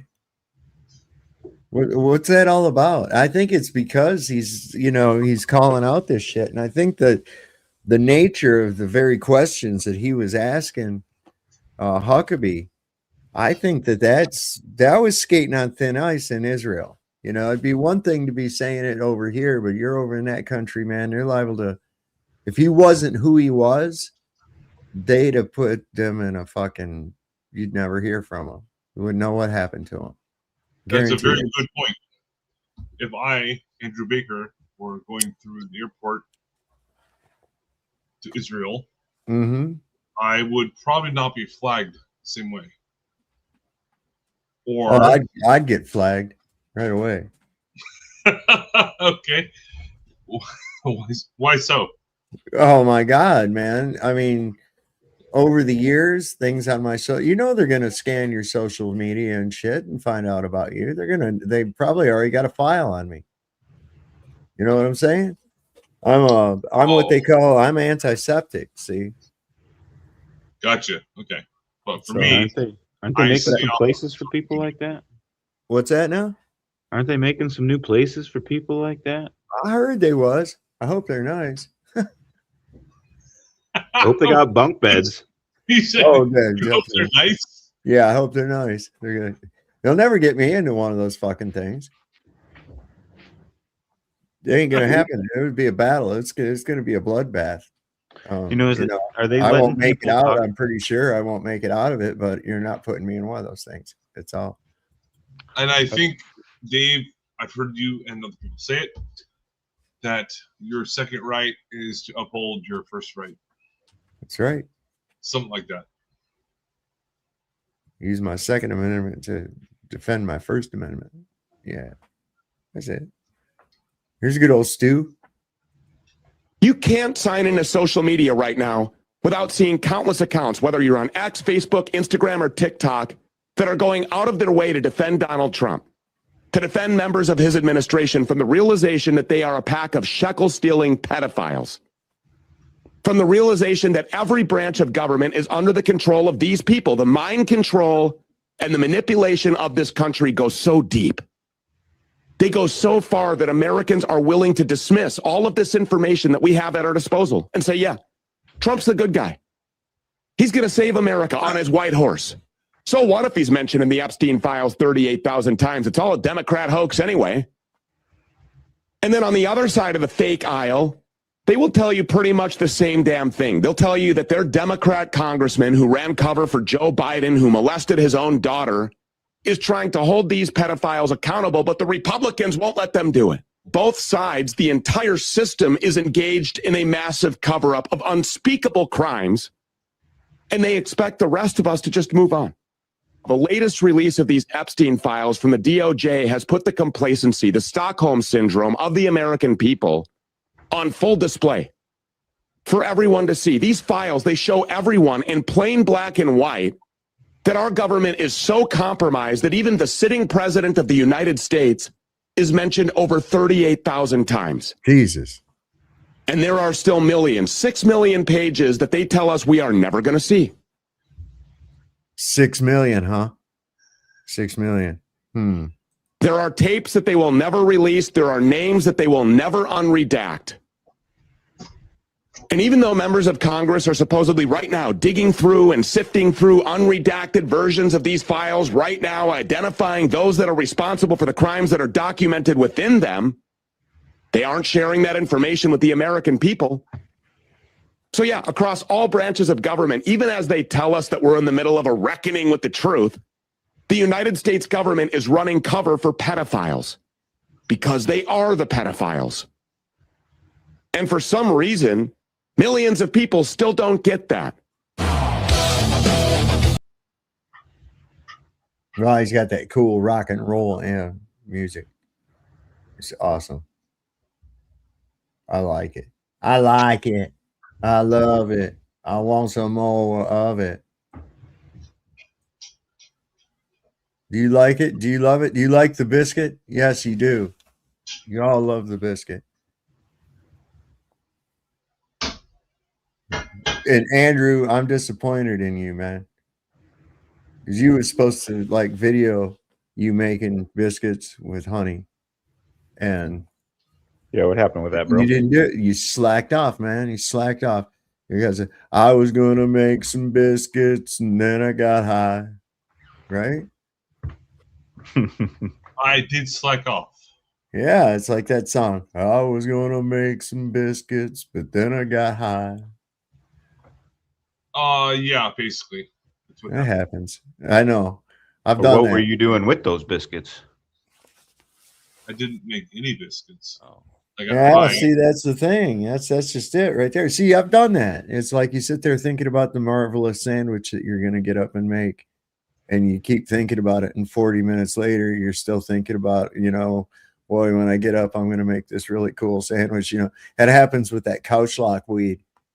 Now, you remember back in the day when they had those commercials about, like people smoking weed, and like they had that one where the chick melts down into the couch, and I was like, what the fuck, man? That'd be kind of cool. Where can I get that weed? I was, man. Best I could do is I had lost my keys fucking weed. That was and like get some of that fucking melt down into the couch weed, man. Maybe I'll find my fucking keys, How do I get to work today? God damn. This is your brain on drugs. Nuh-uh, that's a fried egg, you dumb motherfucker. Where the fuck's my lighter? There it is. That's crazy. So the Board of Peace. He's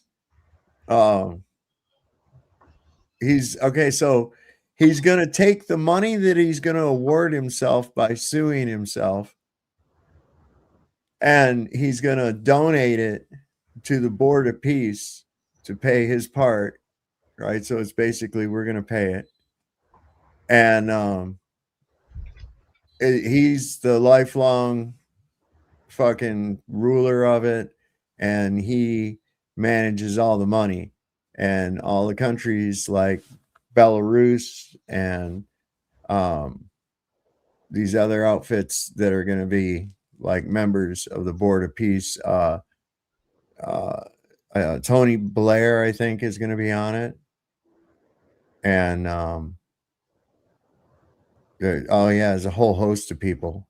Belarus. Here's this, Belarus is White Russia, is what I that thought that was a actually Russian means. vessel. Say, I didn't think they'd be in it, really. Yeah, who'd they have that? Karashenko, that dictator. He's a real asswipe, but that's the type that appeals to Trump anyway. Anyway, this guy explains it pretty well. So you don't know what the hell Donald Trump's Board of Peace is and why it's meeting for the first time in Washington, D.C. tomorrow. But you don't want to look like a thicky dum-dum in front of all your mates. Here's a quick rundown before you get charged $1 billion to join the sodding thing as well. You'll remember that back in October, Donald Trump brokered a ceasefire between Israel and Hamas to stop Israel's genocide in Gaza. A ceasefire that's going so well that over 600 Palestinians have been killed by Israeli forces since then. So basically, back in October, the United Nations said, all all right, Donald, you can have your little board of peace if you sort out Gaza and don't start meddling around in the rest of the world. Oh, for fuck's sake! Boom! He started meddling around in the rest of the world. Because when Donald published the board's charter back in January, it made no mention of Gaza or Palestine, and instead said that it was going to be an international organization promoting stability, peace and governance in areas affected or threatened by conflict. To which the UN said, wait, Donald, you don't have to do that. We already do that. We're the UN. That's literally the job of the UN. To which Donald says, guess what, UN? You can fuck off. I'm going to make myself the chairman of this board of peace and write it into the charter that I can never be replaced unless I voluntarily step down or the executive board deems me incapacitated, which feels unlikely because the executive board is made up of haunted forehead Marco Rubio, MAGA head Steve Witkoff, Donald Trump's son-in-law Jared Kushner, and Tony fucking Blair. What the tits is he doing there? At which point the UN were like, Donald, we think this might be getting out of hand. We only gave you the authority to sort out Gaza, but now it looks like you've set yourself up as the unelected leader of an organization whose sole purpose is to rival the United Nations, and that makes us feel a bit weird. Also, unelected leader doesn't exactly gel with the remit of bringing peace to the world. Also, WTF, you've just invaded Venezuela and kidnapped their president. What are you doing? At which point, Donald Trump acquired permanent citizenship to batshit land because he started sending out invitations for people to join his board of peace. People like Vladimir Putin, who have been waging an illegal war against Ukraine for 4 years. The aforementioned Tony Twatting Blair, who's got a fantastic peacekeeping record. Belarus, a country largely seen as Europe's last dictatorship. And Benjamin Netanyahu of Israel, who currently faces an arrest warrant from the International Criminal Court for war crimes. At which point, most European countries like the UK, France, Sweden and Norway said, thanks for the invite, Donald, but we don't really like the location of this board of peace, which appears to be in and around your anus. So out of the 65 countries that Donald Trump invited to be a part of the board, only 20 have accepted, and most of those aren't even democracies. Plus, permanent membership of the board costs $1 billion. Where's the money going? Towards rebuilding Gaza, said Donald Trump. Only earlier in the week, he said that only $5 billion will go towards rebuilding the Strip, which has been destroyed by Israel using weapons sold to them by the US for $20 billion. So those figures don't really stack up. Now the UN are like, what the fuck has just happened? We now have an organization headed up by an increasingly senile Donald Trump who can't be replaced. So now even when Donald Trump isn't president anymore, he'll still be able to slide around the geopolitical bum farting out poopies. Hold on to your horses and pray they kick you in the head. Ain't that some shit? That's a lot. Wow, what's that noise? That's a lot, man. Well, what the fuck is the board of peace gonna do? Holy shit. They will take again piece of the land. Board of peace, piece of the land. It's about the same thing that the Boy Scouts are going to do and the Girl Scouts. Well, it has no more legal authority than the fucking UN would. You know, who the fuck is he? Just because he's Donald Trump? How's he gonna enforce any of his fucking board of peace bullshit? Or is he forming up like a new NATO? You know what I'm saying? Like an alliance. Yeah. Well, that's why there's a whole bunch of online gambling groups that are associated with, like, what do you think is going to happen with Donald Trump or Joe Biden or Kamala Harris or who the fuck ever? Well, they're yeah, it's Kamala. Nobody's heard anything out of Kamala. Well, that bitch, I would trust her to see if my car was parked. You know, her old man's in those files. That Emhoff guy that she's married to. I don't know. Yeah, Kamala's old man's in those files.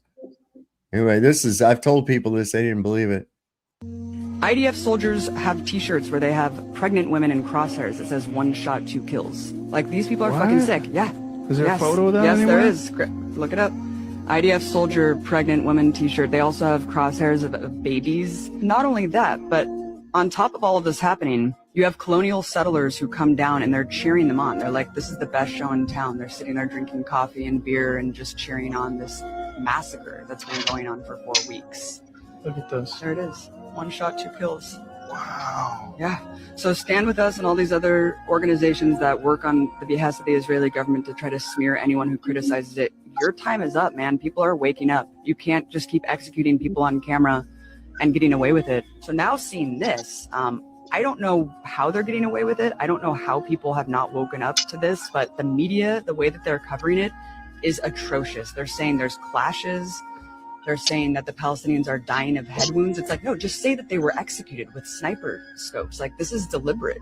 But the way that the media plays around and uses this passive voice is just nuts. Whether it's Palestine, Venezuela, Syria, whenever you have like complete media uniformity, just peddling a line. Yeah, no shit. And they just, the way they word it. I saw, you see that in the movie Full Metal Jacket, right?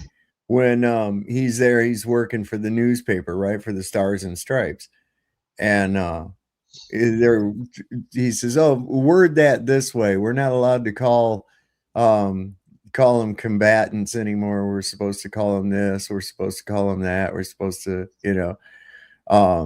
and changing up the wording because otherwise people get a different view of it. We're trying to sell a view." And I was like, oh fuck, they were doing it even in the military paper, Of course, that's what that's for. Keep the morale of the troops up. Here's a guy who says, here's how to deal with these people. I like this.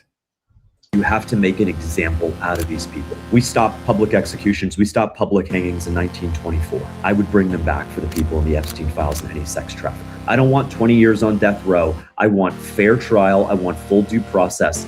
And when they are convicted, I want a public hanging Sunday high noon for the whole world to see. This is what we do to you. I can't go back and obviously stop these things from happening. But my pledge, if elected the 47th governor of Florida, is I will spare no resource to make sure that every Floridian identified in the Epstein files is investigated and brought to justice.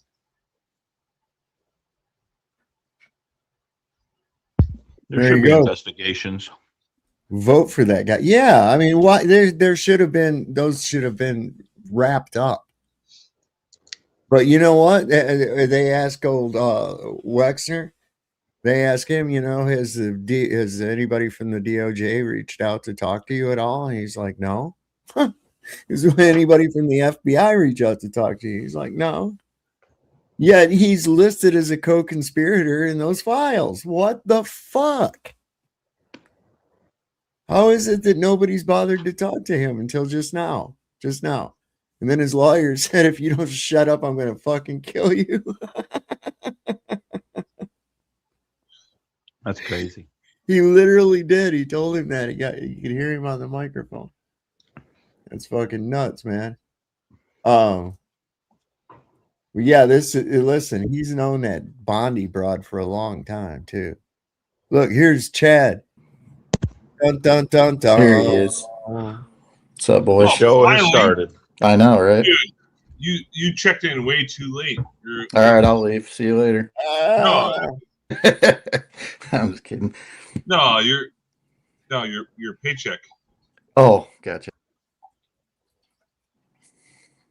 Do it, man. What's up? You joined in. Yeah. What are you guys talking about? I don't want to be that guy that joins in the middle of we're on it. We just freestyling, bro. Gotcha. We're freestyling. It's like all kinds of crazy shit that's going on. The revelations of the Epstein files. We briefly touched on Andrew's. He was gonna make some biscuits, but then he got high. Man, poor Andrew. Actually, gonna make more right now. But now you're just leaning into it. That's good. Just lean into it, because otherwise it'll haunt you for the rest of your life. All right.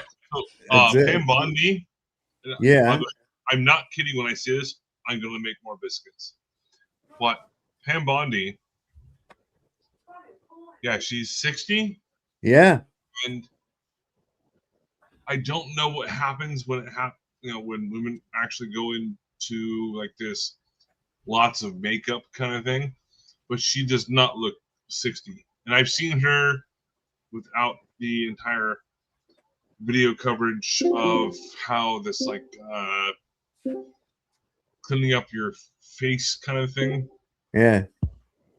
But I'd fuck her. Well, all right then. Wow, man, you got no morals, bro.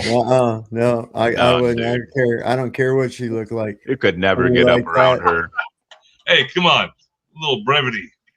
Who's that other one that's like that? Just a lying ass sack of shit. Oh, they all are. Doesn't say take your pick. Yeah, you know, it's like every fucking one of them. It's I'm like, well, trying to she's bring a little bit of comedy, but I'm not kidding. I'd still fuck her. Jeez. You grudge fucker, right? Yeah, maybe. See, and this is the biscuits are a gateway. See, that's Yep. what it was. Biscuits are a What they've gateway done to to this depravity. Now he's having masturbatory fantasies about Pam Bondi. That's fucked up, Andrew. Pay to play. Yeah, that's a pay to play scandal right there. It's not a fantasy. You're trying to get access to Melania, aren't you? Oh Lord.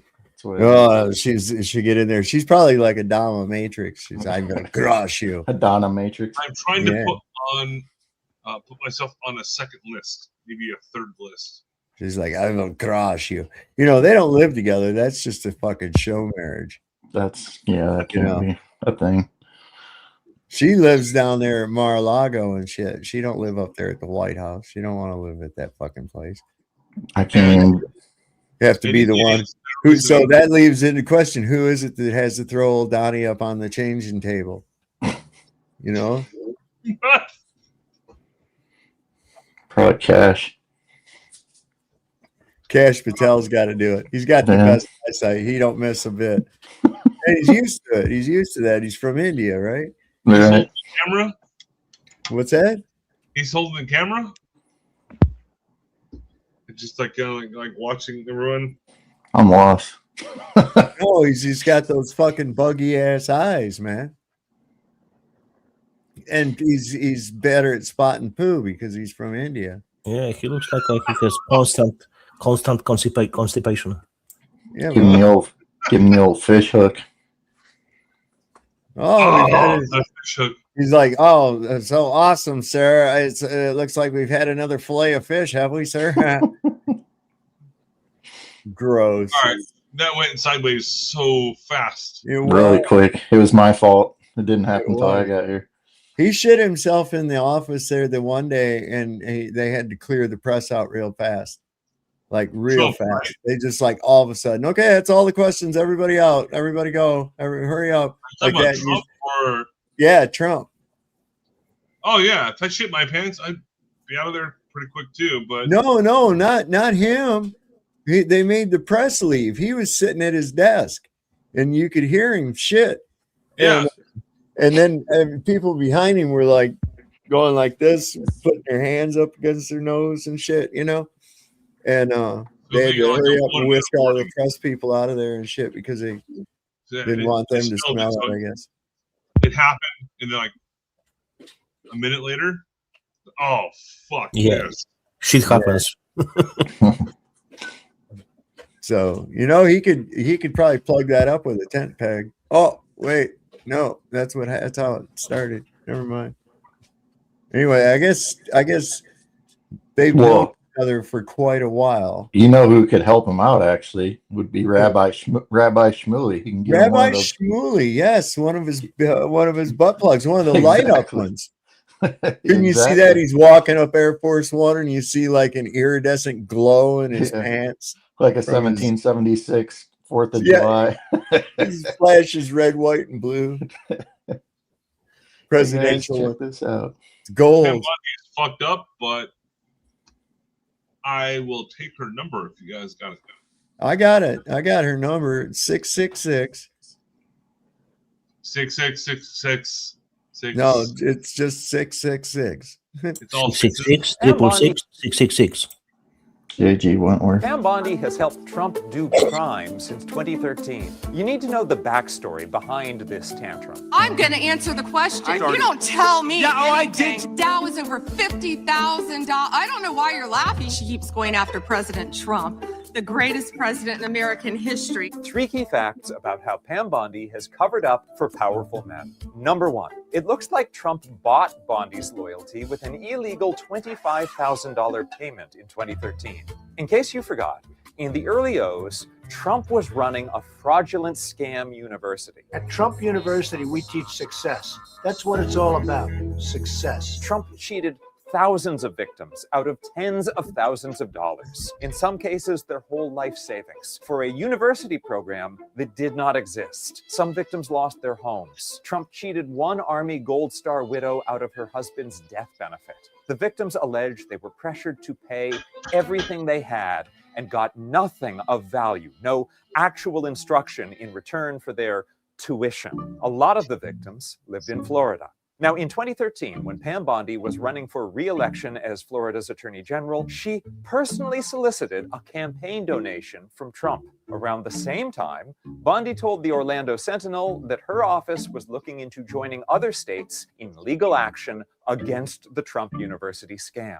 4 days after the article was published, Bondi's PAC received a $25,000 check from the Trump Foundation. This was an illegal payment because the Trump Foundation was a 501c3 charity, which was barred from making political contributions. But that didn't stop Bondi's PAC from cashing the check. Guess what happened next? Bondi's office announced it would not be taking action against Trump University.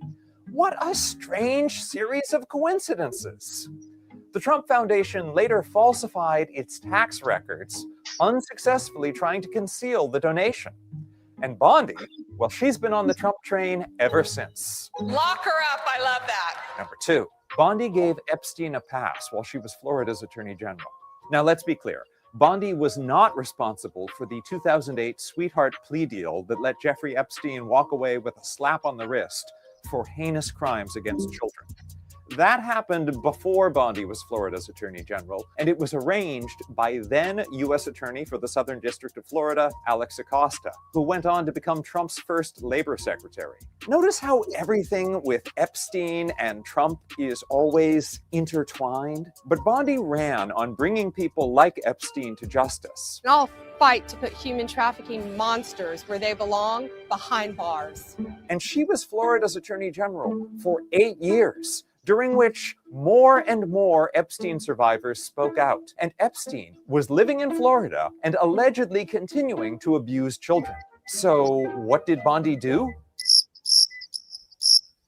Number 3, Bondi defended Trump in his first impeachment trial. The open corruption and criminality that's happened since makes Trump's first impeachment seem almost quaint. But please try to remember how appropriately shocking it was at the time that Trump got caught trying to illegally withhold about $400 million of aid for Ukraine, unless Ukraine's President Zelensky would do Trump the personal favor of announcing an investigation into the Bidens. This was some of the clearest proof that Trump sees the power of the presidency as his to wield for his own personal gain, not in the service of the American people.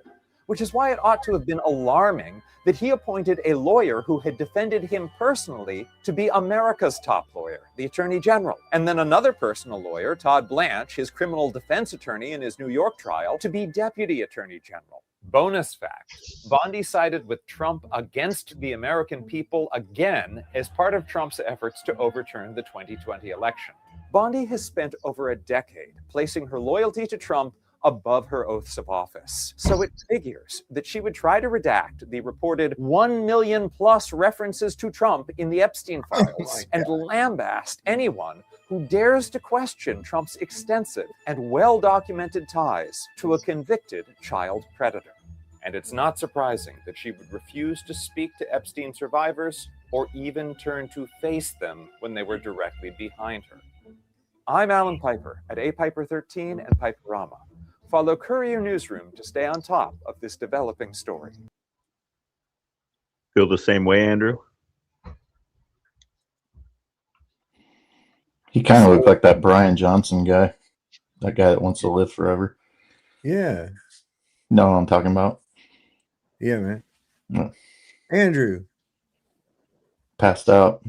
Andrew passed out. He's eating biscuits. Wah, wah, wah. Womp, womp, womp.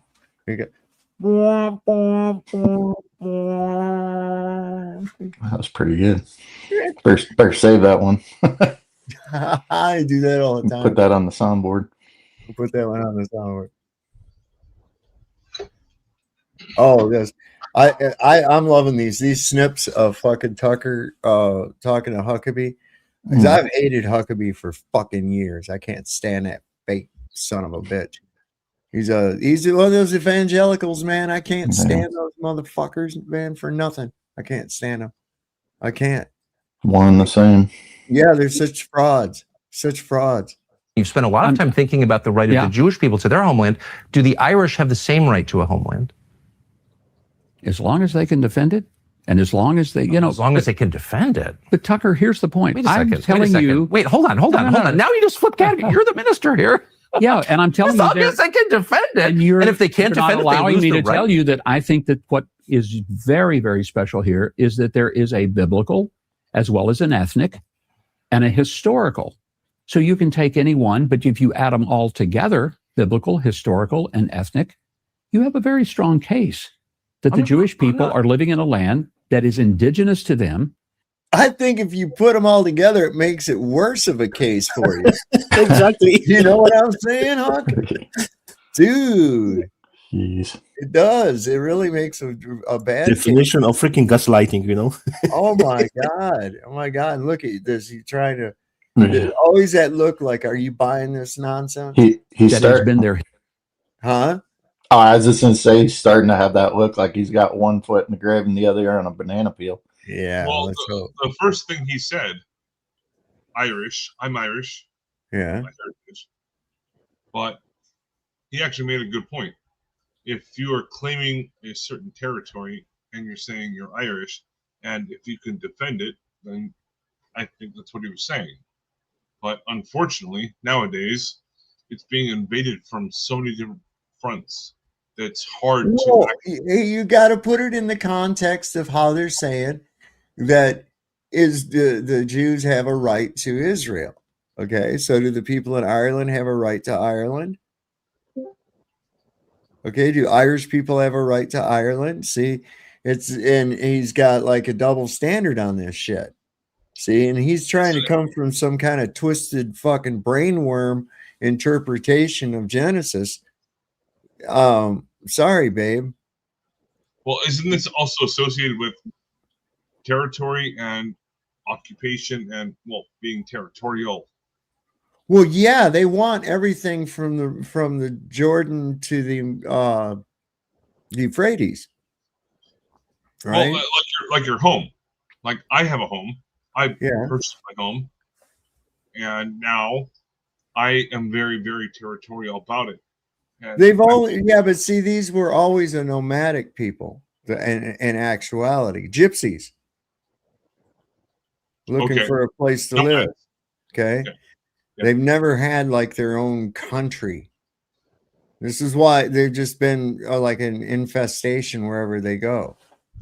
They're very clannish. They're squatters. Yeah, pretty much.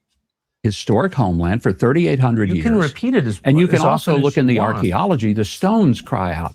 Okay. Have you been to the city of David, for example? I have. Oh, okay. yeah. So you know then that, and I love it. It's an amazing place. agree. It may be the greatest archaeological discovery in all of history because great. It's stunning, and they still continue to find things that date the Jewish people to this land archaeologically for 3,800 years.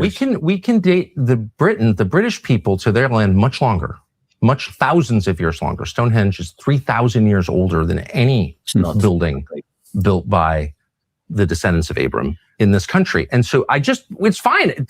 I'm not trying to invalidate anyone's right. I'm just wanting you to affirm that right, but it makes you uncomfortable and you won't. And I don't know why. I've never honestly sat down and asked myself, are the lines around the It's an United island, so we know what the Kingdom- lines are. I'm saying, but are those lines, are those rooted in something other than the historical connection? Well, great. Then they should have it. But And that's they have a a question. right to have it. But then you said if they can defend it, and if they can't defend it, they lose the right. But I didn't say it was exclusive one or the other. I think you're really going off the trail. I just want to know if these principles apply universally or if they only apply to the people of Israel. And my answer appears to be just the people of Israel. They're the only ones with these rights. And I just reject that.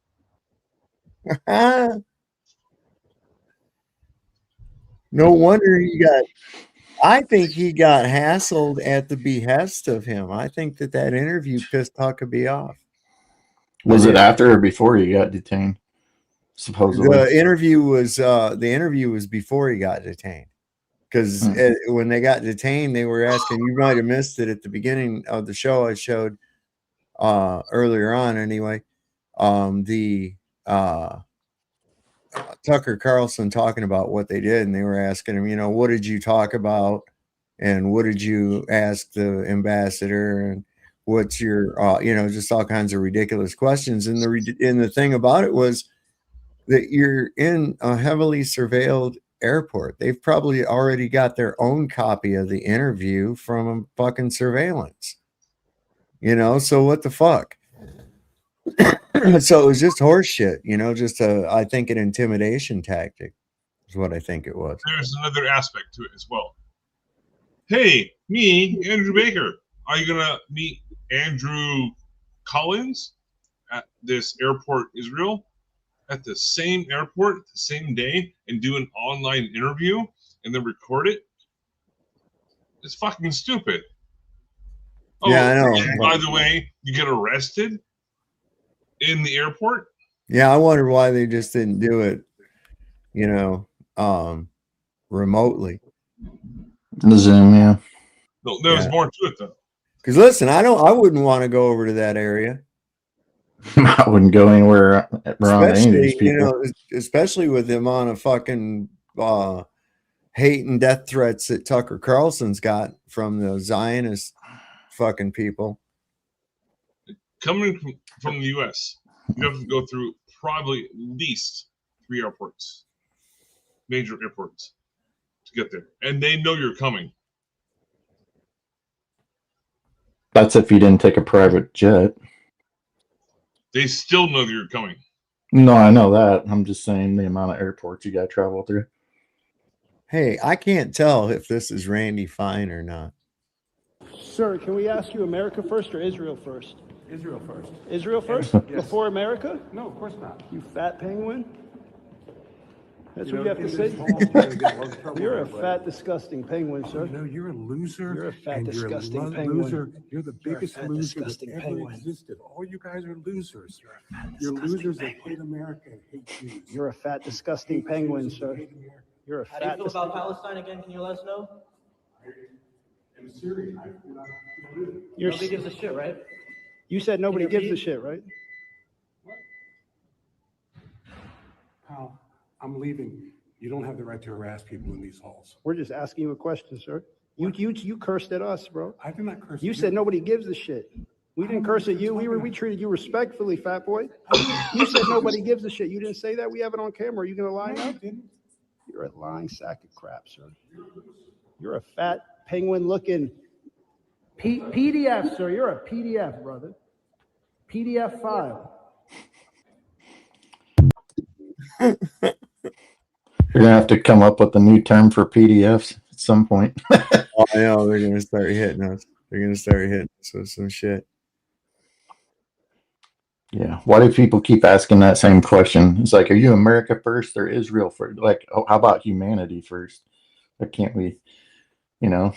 It's like, what is America first anyway? By the way.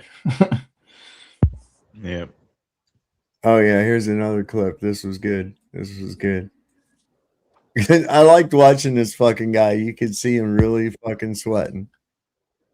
I guess what I'm saying is that most Americans, I've never met an American who thinks, other than like the people who have ideological reasons to pretend they think it, that the imminent threat to America is anything having to do with Iran. The imminent threats to America include bankruptcy from too much debt, your son ODing on fentanyl, your neighborhood completely changing, because unlike Israel, Americans don't have a right to their country. It can just be completely changed by their legislature. New people can show up from foreign countries and not speak your language, and there's nothing you can do about it because you don't have a right because you're not Bibi. Can you feel the resentment? Because it's real. I'm not against Israel. I'm against the total destruction. You hide that very well. I'm mad at my lawmakers for not protecting my country with the care they've protected Israel. How do we have 60 million illegal aliens if they protected my country? I love the fact I campaigned for Trump because he said he'd close the border. He did. Amen. Thank you, Trump. You inferred that we do more for Israel than we do for ourselves. Do you believe that? Where's the care? Where's the concern? Where's the, holy smokes, there are drug cartels in your neighborhood? You're telling me about the border with Lebanon and like Hezbollah or Hezbollah, whatever you call it, in some Latin American country? I don't care. There are drug cartels in my neighborhood. I know people who've died of fentanyl ODs. Where'd the fentanyl come from? Probably from China. From Mexico. From China through Mexico. The precursor chemicals, they say, come from China. I get it. And who's in that axis with China? Iran. Larry Fink is in that axis with, no, actually, the heads of our biggest corporations are in that axis with China. I don't care about Iran at all. I care about America. And if blowing up Iran makes my country richer and safer, I'm for it. And if it doesn't, I'm totally opposed. It's that simple. I think most Americans feel that way. No, I get it. I'm not mad at Israel about that. I never have been. I'm mad at the Bush administration and all the people who went along with this to the detriment of my country. That's who I'm mad at, not Israel. Bibi's doing what he can for his country, whether you agree with him or not. I want my leaders to do the same for my country. That's it. Totally. Our leaders appear to want to do it. Our public does not want to do it at all. The public does not want war with Iran. Bibi does. He's gotten seven trips to the White House. The average American doesn't have that level of access, and a foreign leader does. 7 in 1 year, and now we're moving toward war with Iran. The average American doesn't want that war. The average American is outraged. Don't you understand? I'm not attacking Bibi at all. The strongest president I've ever seen in my lifetime, going back to Eisenhower, for God's sake. If you're an American, no, listen to me, Tucker, for God's sake. I'm not attacking Trump. I like Trump. I know, but you're making it sound like that he is being pulled into something that he really doesn't want to do, or pulled into something because he's persuaded. I was in the meeting last week. I was in the meetings last summer. I can assure you, President Trump is not being led into something at all by Prime Minister Netanyahu. To be clear, what I am stating out loud is true. And that's that Prime Minister Netanyahu, Bibi Netanyahu, has way more influence over Americans' foreign policy than Americans do.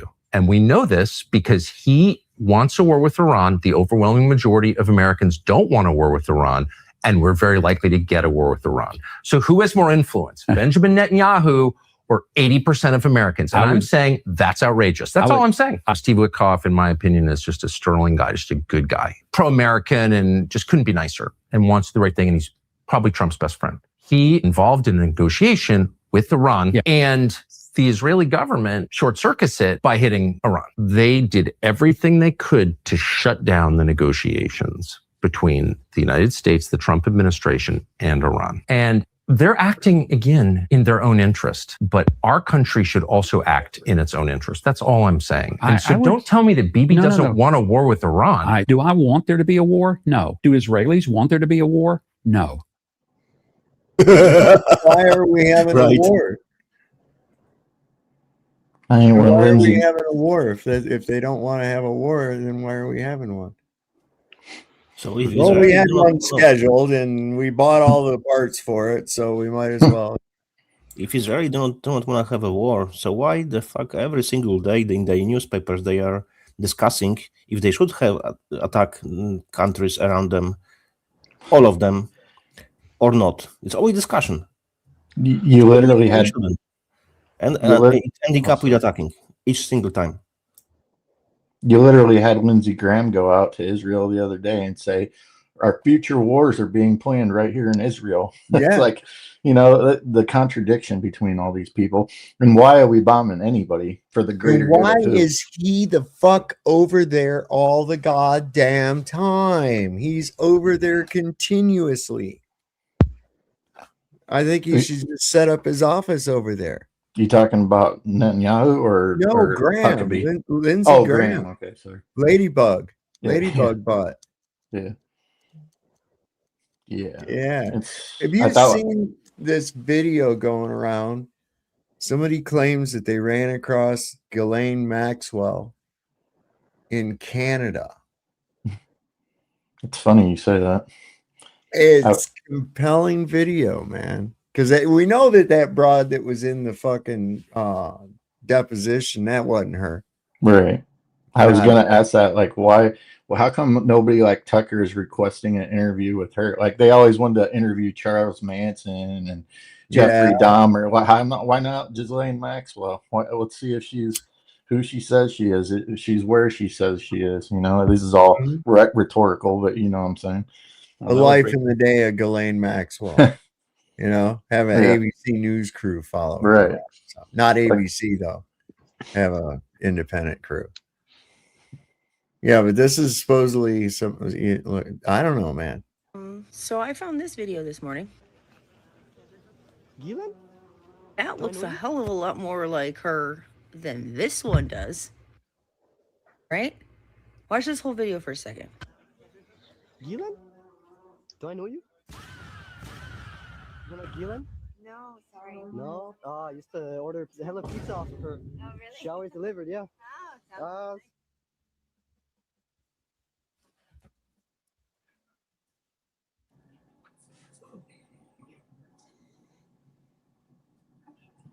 What's going on here? Oh, I see. Face check. Yeah, I get it now. Sorry. People have been going on and on about this picture, saying it don't look like her because of the nose and the eyes and the hooded eyes. If you look at this chick on the street, her left eye, which is our right, has a squint to it and is puffy on the eyelid. Now look at this picture of Ghislaine. That's fucking her, dude. That's her.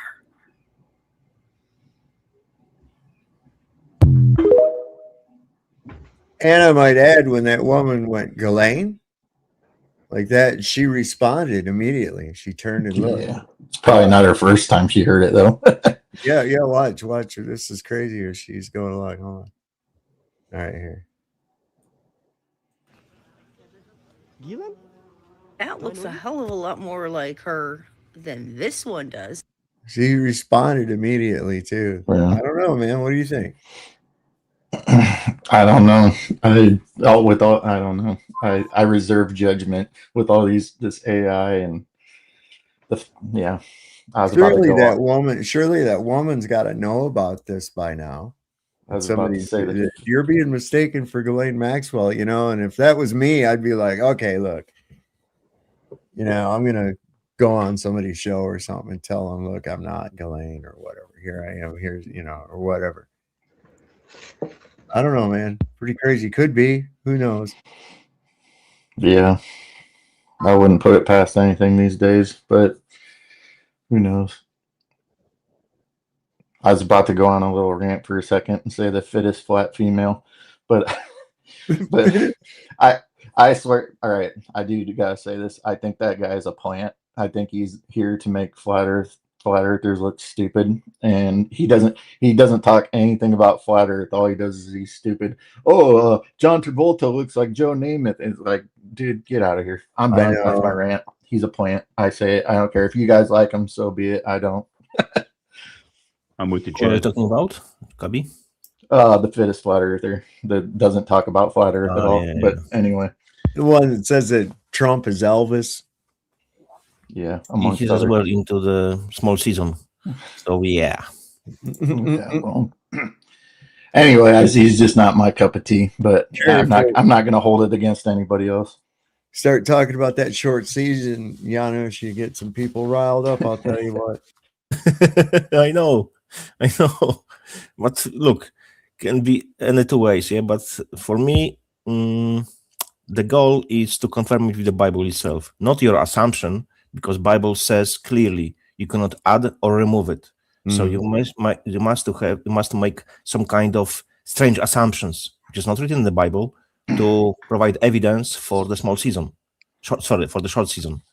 So no, it doesn't work for me because it's not confirming the Bible. So people have to go and they create strange situations, strange occurrences and assumptions. No, it's not written in the Bible. Fuck off. That's simple for me. Mm-hmm. I'll just say I can't see how you can get past that. He said, there's people here, you won't die before I come back. So, hang tight. That's been what, 2,000 years supposedly? Come on now. Yeah, but we know that the death is a separation from God. That's the death. So we have to take under consideration in context what Christ said. Death is separation from God. It's not that your body is dying. So that's not it. We have to take everything under consideration. What's in the Bible. Wider picture. Good morning, ladies and gentlemen and Republicans. Hey, you guys getting it yet? Republicans, MAGA. Are you guys finally starting to get what your cult leader kid fucker is all about? I mean, he's got $500 million worth of Venezuela oil money in a private offshore account that only he has access to. He's about to put $10 billion of your taxpayer money in another private account that only he has access to.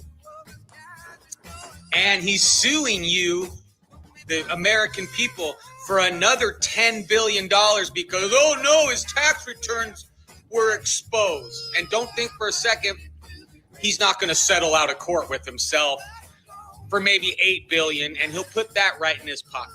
Are you getting it yet, you dumb motherfuckers? Is anything fucking working in there where you're starting to see that you're the mark? I mean, he realized he couldn't take enough of your money by selling you shoes or NFTs or fucking gold watches that aren't gold or water or like whatever the fuck this guy is peddling. He realized he's taken it to the next level. Now that he's president again, he gets to like take the grip from just like a normal piece of shit grifter to like basically the biggest grifter of all fucking time. Do you fucking get it yet, you dumb motherfuckers? Get the fuck out of here. He forgot about pillows. That was a big one. The Trump phone. What about the Trump phone, man? The Trump watch. The Trump watch. You got all this Trump shoes. mania, Trump shoes. Anybody actually buy those gaudy fucking golden shoes? Those were gay looking and shit. I didn't know that as a president he could go out and advertise products, and so, like I thought that was against against the what do you want to call it? Not the rules of presidency, but you know what I'm trying to say. Yeah, it's certainly not ethical. Yeah, yeah. But it should be against the rules for people to do that, don't you think? It should be against the rules for Donald to push product on the American. Well, that's what they usually have to put all their assets in a blind trust for everything else. That's why I don't understand how he can go out and sell products. Like, so where's that money going to? I mean, kind of nowhere. He's got POTUS merch. He could sell gold-plated tent stakes. Gotta post it up at REI and yeah, bro. Shields. I would have never thought of a tent stake going up my, Can't even imagine. Oh man, I would think my life was over at that point.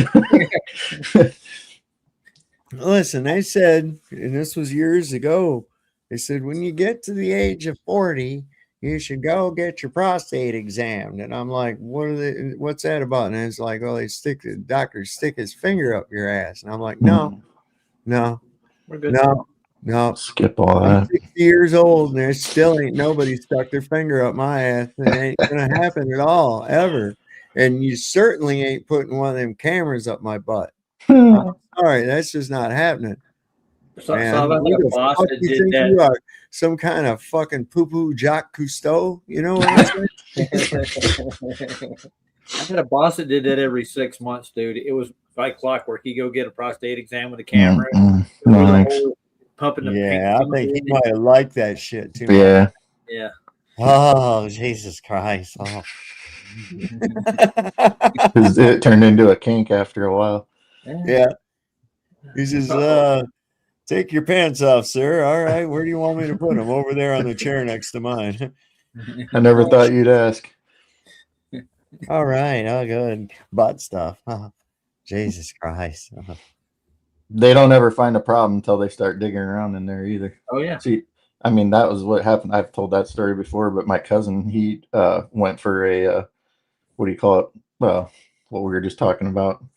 prostate exam or whatever, and they perforated his colon, and then he ended up getting sepsis and died. Yeah, that happened to the guy I work with, his father-in-law. That's what happened to him. He yeah, that was bad. He got sepsis. Yeah, that's what they call it. Yeah, that's what happened to him, Doug Vaughn. Yeah, he was okay. He went through a couple surgeries and made it through those, but then just one day it started bleeding profusely, and that was it. Took him away. It's not an entrance for anything. Yeah. Okay, that little puckered up hole back there. Leave your starfish alone. Leave your starfish. Make up a song if you have to.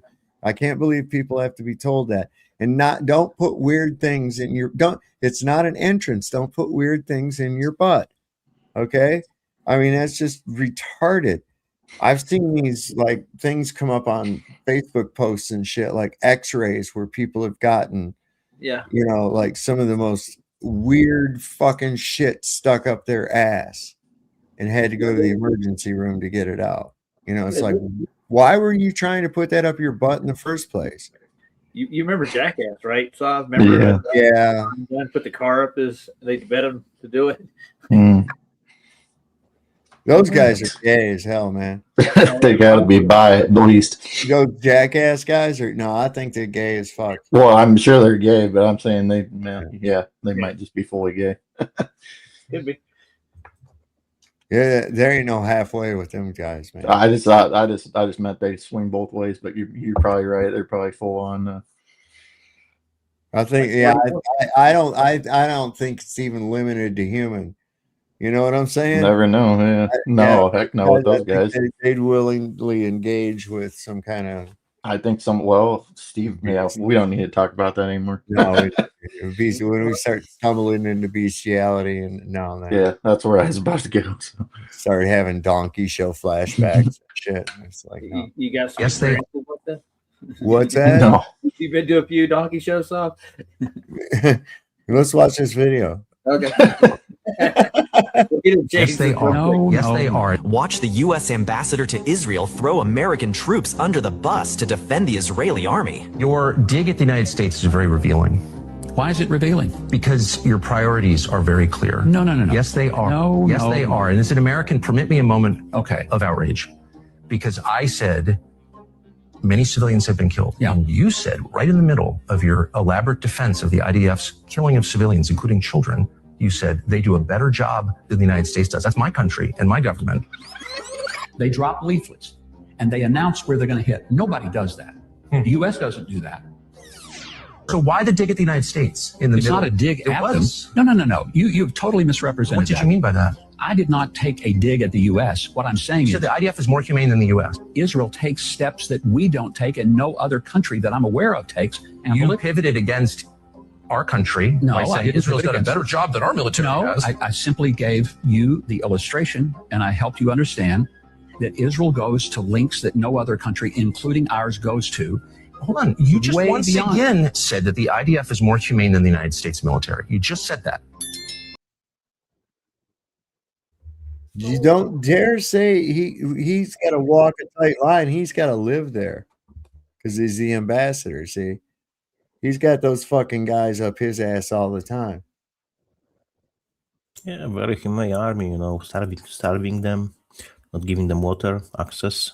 If there is a drop, luckily, when they're dropping food, if happens, by luck, they are taking people at target, killing them, putting the cans of food in the ground, which are bombs, so children losing their hands. They have a tournament. For example, the doctors were saying that 1 week they were seeing that the children were hit in the groins, then for example chest, then belly, and this was all the same. So they were targeting the specific places. They were crying that they couldn't find any more children. The shooters, the snipers, they were trying to find. The youngest was 12 years old. One said he was looking for a baby he couldn't find. They were dressing in the people's women's clothes. They were pretending as they are women. Fucking hell, man.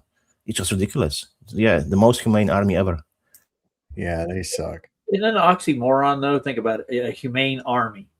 The people who actually go, Well, you know, there are certain rules of war that are Yeah. supposed conduct that is supposed to be adhered to, but then again, they always say all's fair in love and war.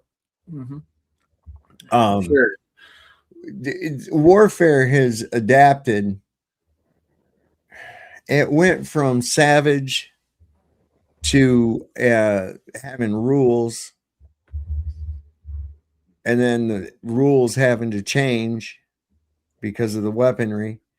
But I mean, like, if you can imagine back in the Napoleonic times, it would if you got caught by one of your officers shooting at an enemy officer, he would probably pull you aside and shoot you.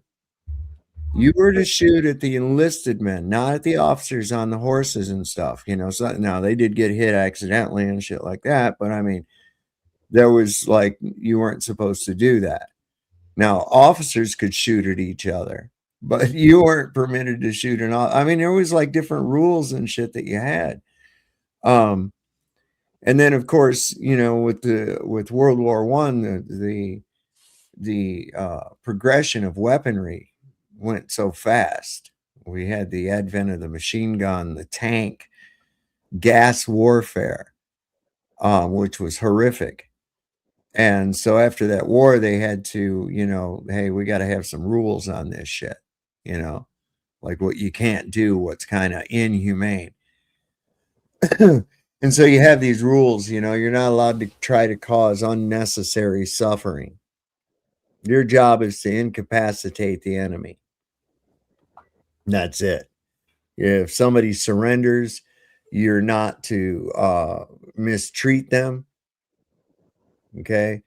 You know the rules of that, Chad, and probably some others of you might know it too. You know, you got to keep them segregated from one another. You're supposed to make sure they have food and water. You know, they're like your responsibility till you get them to a station to be interrogated, or a POW camp, or whatever it is wherever you have to take them.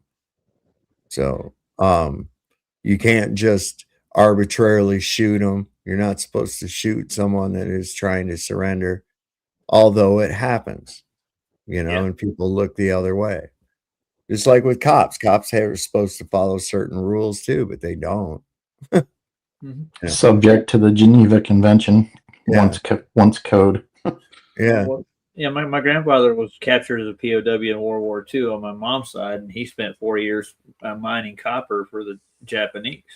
Oh, really? Mining copper. Yep. He'd come My uncle was captured by the Russians at Stalingrad. What did they do with him? Put him in a POW camp. Yeah. He made it out though, right? Yeah, he's lucky. It's a miracle that he did. Yeah. Very few of those captured at Stalingrad made it back out. Yeah. He escaped 3 times, but was recaptured. Yeah. So what happened to the rules of engagement and treating POWs humanely? You know, they don't. No. Once, I don't know if you guys heard this, but Nick Volt's kids were captured POWs and sent to Auschwitz. And That's right. I'm still wondering if they made it out. That's right. That's right. They were victims of the Holocaust. The fuck? That's for the old school Sobs out there. Oh my God. Has anybody seen him around anywhere in these YouTube streets or whatever? I haven't. Nobody? No. Wonder whatever happened to poor old Nick. He's still coming up with this plan to kick your ass, I think. He wanted me to pick him up at the airport, drive him out here so he could kick my ass and then drive him back. I'm like, nuts. Oh man. Dude. That was fun. Yeah, I even went up there to this Mimsland, you know, where he was supposed to meet me at. He never went. So I don't know. That might have been the end of his YouTube career. Yeah, he was. Well, I mean, here he was this hoity-toity fucking physics professor trying to talk shit, and here's this fucking dope smoking hippie fucking destroys him, you know? I'm like, wait a minute, what are you talking about? You can hold a quarter up and calculate the distance of the moon. Suck my butt. He got all snookered up, and we found out, basically. Well, hopefully he's doing good. Maybe his school found out and said, "Hey, listen, man, Can you imagine that? Fucking YouTube, bro." That guy's a supposed teacher. Can you believe that? Yeah. Well, that's what I told people. I said, ladies and gentlemen, this is what $40,000 a year buy you an education right there. Right there. That's what's teaching your kids at school. Right there. And here I am. I don't even have a high school fucking diploma. You know, it's just, it's like people place too much importance on academia. It's like, what from school have you used today? What did you learn in school that you've used today or yesterday or the day before? Nothing. Nothing. Not a fucking thing. I got my degree in the streets from Show Enough. You know, I mean, well, basically, it's like that's, nothing that they just held you there and indoctrinated you all that time. Nothing you learned in school have you used at all today. Nope. Mm-hmm. None. Not one bit. I've lived up to this day and age now without a fucking diploma. I don't have a GED. I never bothered. Why do I need one? For what? Nobody's ever asked to see it. They say, "Do you have one?" I say, "Sure." It's a miracle you made it this far. I know. So how did I make it this far? Jesus Christ. You're defying the odds. And nobody's going to bother looking at my fucking permanent record. That son of a bitch is way too big for anybody to want to dig into. Let's get the fuck real. I don't have a permanent file. I have a permanent file cabinet. Okay? Remember that? They tell you that's going to go on your permanent record. Yeah. Oh, shit. I can see it now. Secret Service come up to me and say, we see that in 3rd grade you were using a plastic spoon to catapult gravel across the classroom. Is that correct? Yeah, that was me, man. That was me. Yeah. Meanwhile, the kid that got a PhD was the one that was eating paint chips off the siding of the house. So Right. Once upon a time and sniffing Elmer's glue. But anyway. Right. had to go down to the fucking office and get his medication at noon. Right. Yeah. Had those kids. Of course, that's commonplace now. Yeah. We had like 2 kids, and when I was in like 5th or 6th grade, I think there was like 2 or 3 kids in our class that had to go and take meds. Yeah, we did too. Because they were hyperactive. Mm-hmm. And I was like, no, they're not hyperactive. They just ain't never had your fucking ass kicked. Mm-hmm. That's all. That's all it was, too. That's all it come down to. That Dr. Spock bullshit. Trying to reason with a 4-year-old, no, I'm sorry, it's not going to happen. It works on, you can talk to them, but when it comes to behavioral issues, it's reward and consequence. Just like with a dog, man. Same thing. Mm-hmm. Praise them when they do good, and you fucking admonish them when they don't. Pretty simple stuff. It is. Yeah. You don't sit there and try to reason with them like that, like they have adult reasoning skills. It's low impulse control, low attention span. Just no parenting, proper parenting. I mean, when I was a kid, hey, parents tell you something and you say why, and they say because I fucking told you. Right. That's the why. You don't need to know why. Yeah.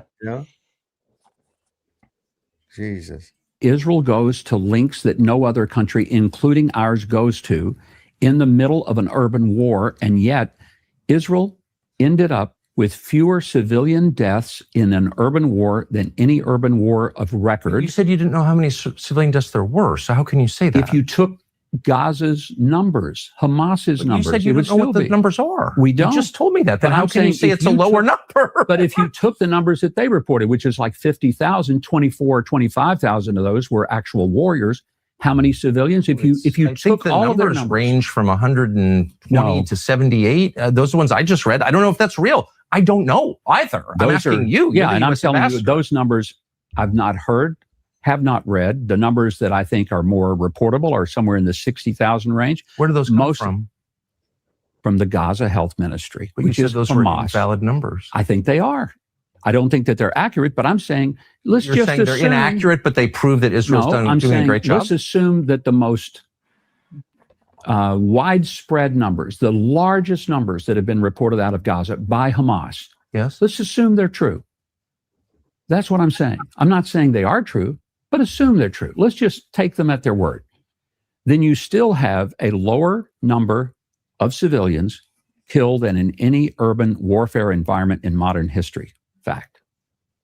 Is that a fact? Yes. What are you comparing it to? To any urban warfare. Name one. Iraq. Where in Afghanistan. Iraq? Where in Iraq? Where in Afghanistan? There aren't many urban areas in Afghanistan. I don't think there was any fighting in urban areas in Afghanistan. Kabul? I don't know. Were there pitched battles in Kabul over long periods of time? I don't. 20 years in Kabul. I don't. Throughout all of Afghanistan. But what were those rates? You're talking about what are the rates there? The number of people who were killed into the tens of thousands. I'm asking you to. I don't know the answer. I've never heard of any of this. You brought it up. You said the IDF has killed a lower proportion of civilians in urban warfare than in any urban conflict in modern history. I'd never heard that before. I don't know what are the controls for that. And you said, well, Would you agree that the U.S. military killed more civilians. Would you agree that the real tragedy was that Hamas continued to force this war? Hold on. You just once again said that the IDF is more humane than the United States military. You just said that. You said in Iraq and Afghanistan, the U.S. military killed more civilians than the IDF did in Gaza. You just told me that. I never heard that before. And my question is, how do you know that? What are those numbers? And I'm trying to explain to you that there were extraordinary efforts to keep You the don't know number the numbers, of do you? I think they were tens of thousands. I'll get them for you. Well, you brought it up. That's the only reason I'm pushing but I'm wearing a flag. I work for a country, and you pretended or alleged that somehow I'm not loyal to this and that I'm criticizing my own country. They did and a I'm better not. job than the U.S. military in Iraq and Afghanistan. And I said, what are the numbers? And you said, I don't know. So on what basis are you making the claim that the IDF in Gaza spared more civilians than the U.S. Army and Marine Corps did in Afghanistan and Iraq? Why are you saying that? Like, on what basis are you saying that? From the conversations that I've had with the people who fought there. And I don't have the exact numbers for you. Dude, he looks bad in that.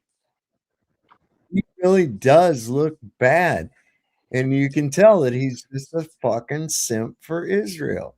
He's our ambassador and he's a simp. I was going to mention, and it's funny because I think that part was crafted that way. I was going to mention that I was surprised that he might be the first one that I saw that had an American lapel pin instead of an Israel. But notice how he had to point that out all of a sudden. Oh, they curated that. Yeah, you can tell he doesn't do his own research when it comes to the topics that are at hand. Well, He just takes their word for it. He's a yes man. He's a. Oh, he knows. He's just playing ignorant, right? Because when he was asked about the shit in the Epstein files, he acted like he didn't know nothing about him. Oh, fuck you. You know your whole fucking job hinges on what's in that goddamn thing. You know? I mean, our relationship with Israel, I mean, if we know that guy was a hub of intelligence for Mossad in the United States, honeypot operations and all. And here's the conundrum. I think this is funny. Iran's going, you know what, Donnie? If you attack us, we're going to release tapes that we have of you fucking kids. And Israel's going, Donnie, if you don't attack Israel, we're going to release tapes that we have of you fucking kids. So I guess now he's just got to choose between who's got the worser tapes, right? Come on. I mean, how could it get any worse? This guy, he's like, he don't care no more about it. This is what he campaigned on this shit. He don't care no more about it as long as he's exonerated. You must have got hit with something because you're off right now. No way. Yeah, I'm looking. It says stream unavailable. It'll come back up probably, but Let me check it again. Yeah. From what? I don't know. You're off, dude. You're off the air. Hold on. Let me look at something here. I'll tell everybody. We'll be right back. Hold on. Wait. Let me see if I can figure this out.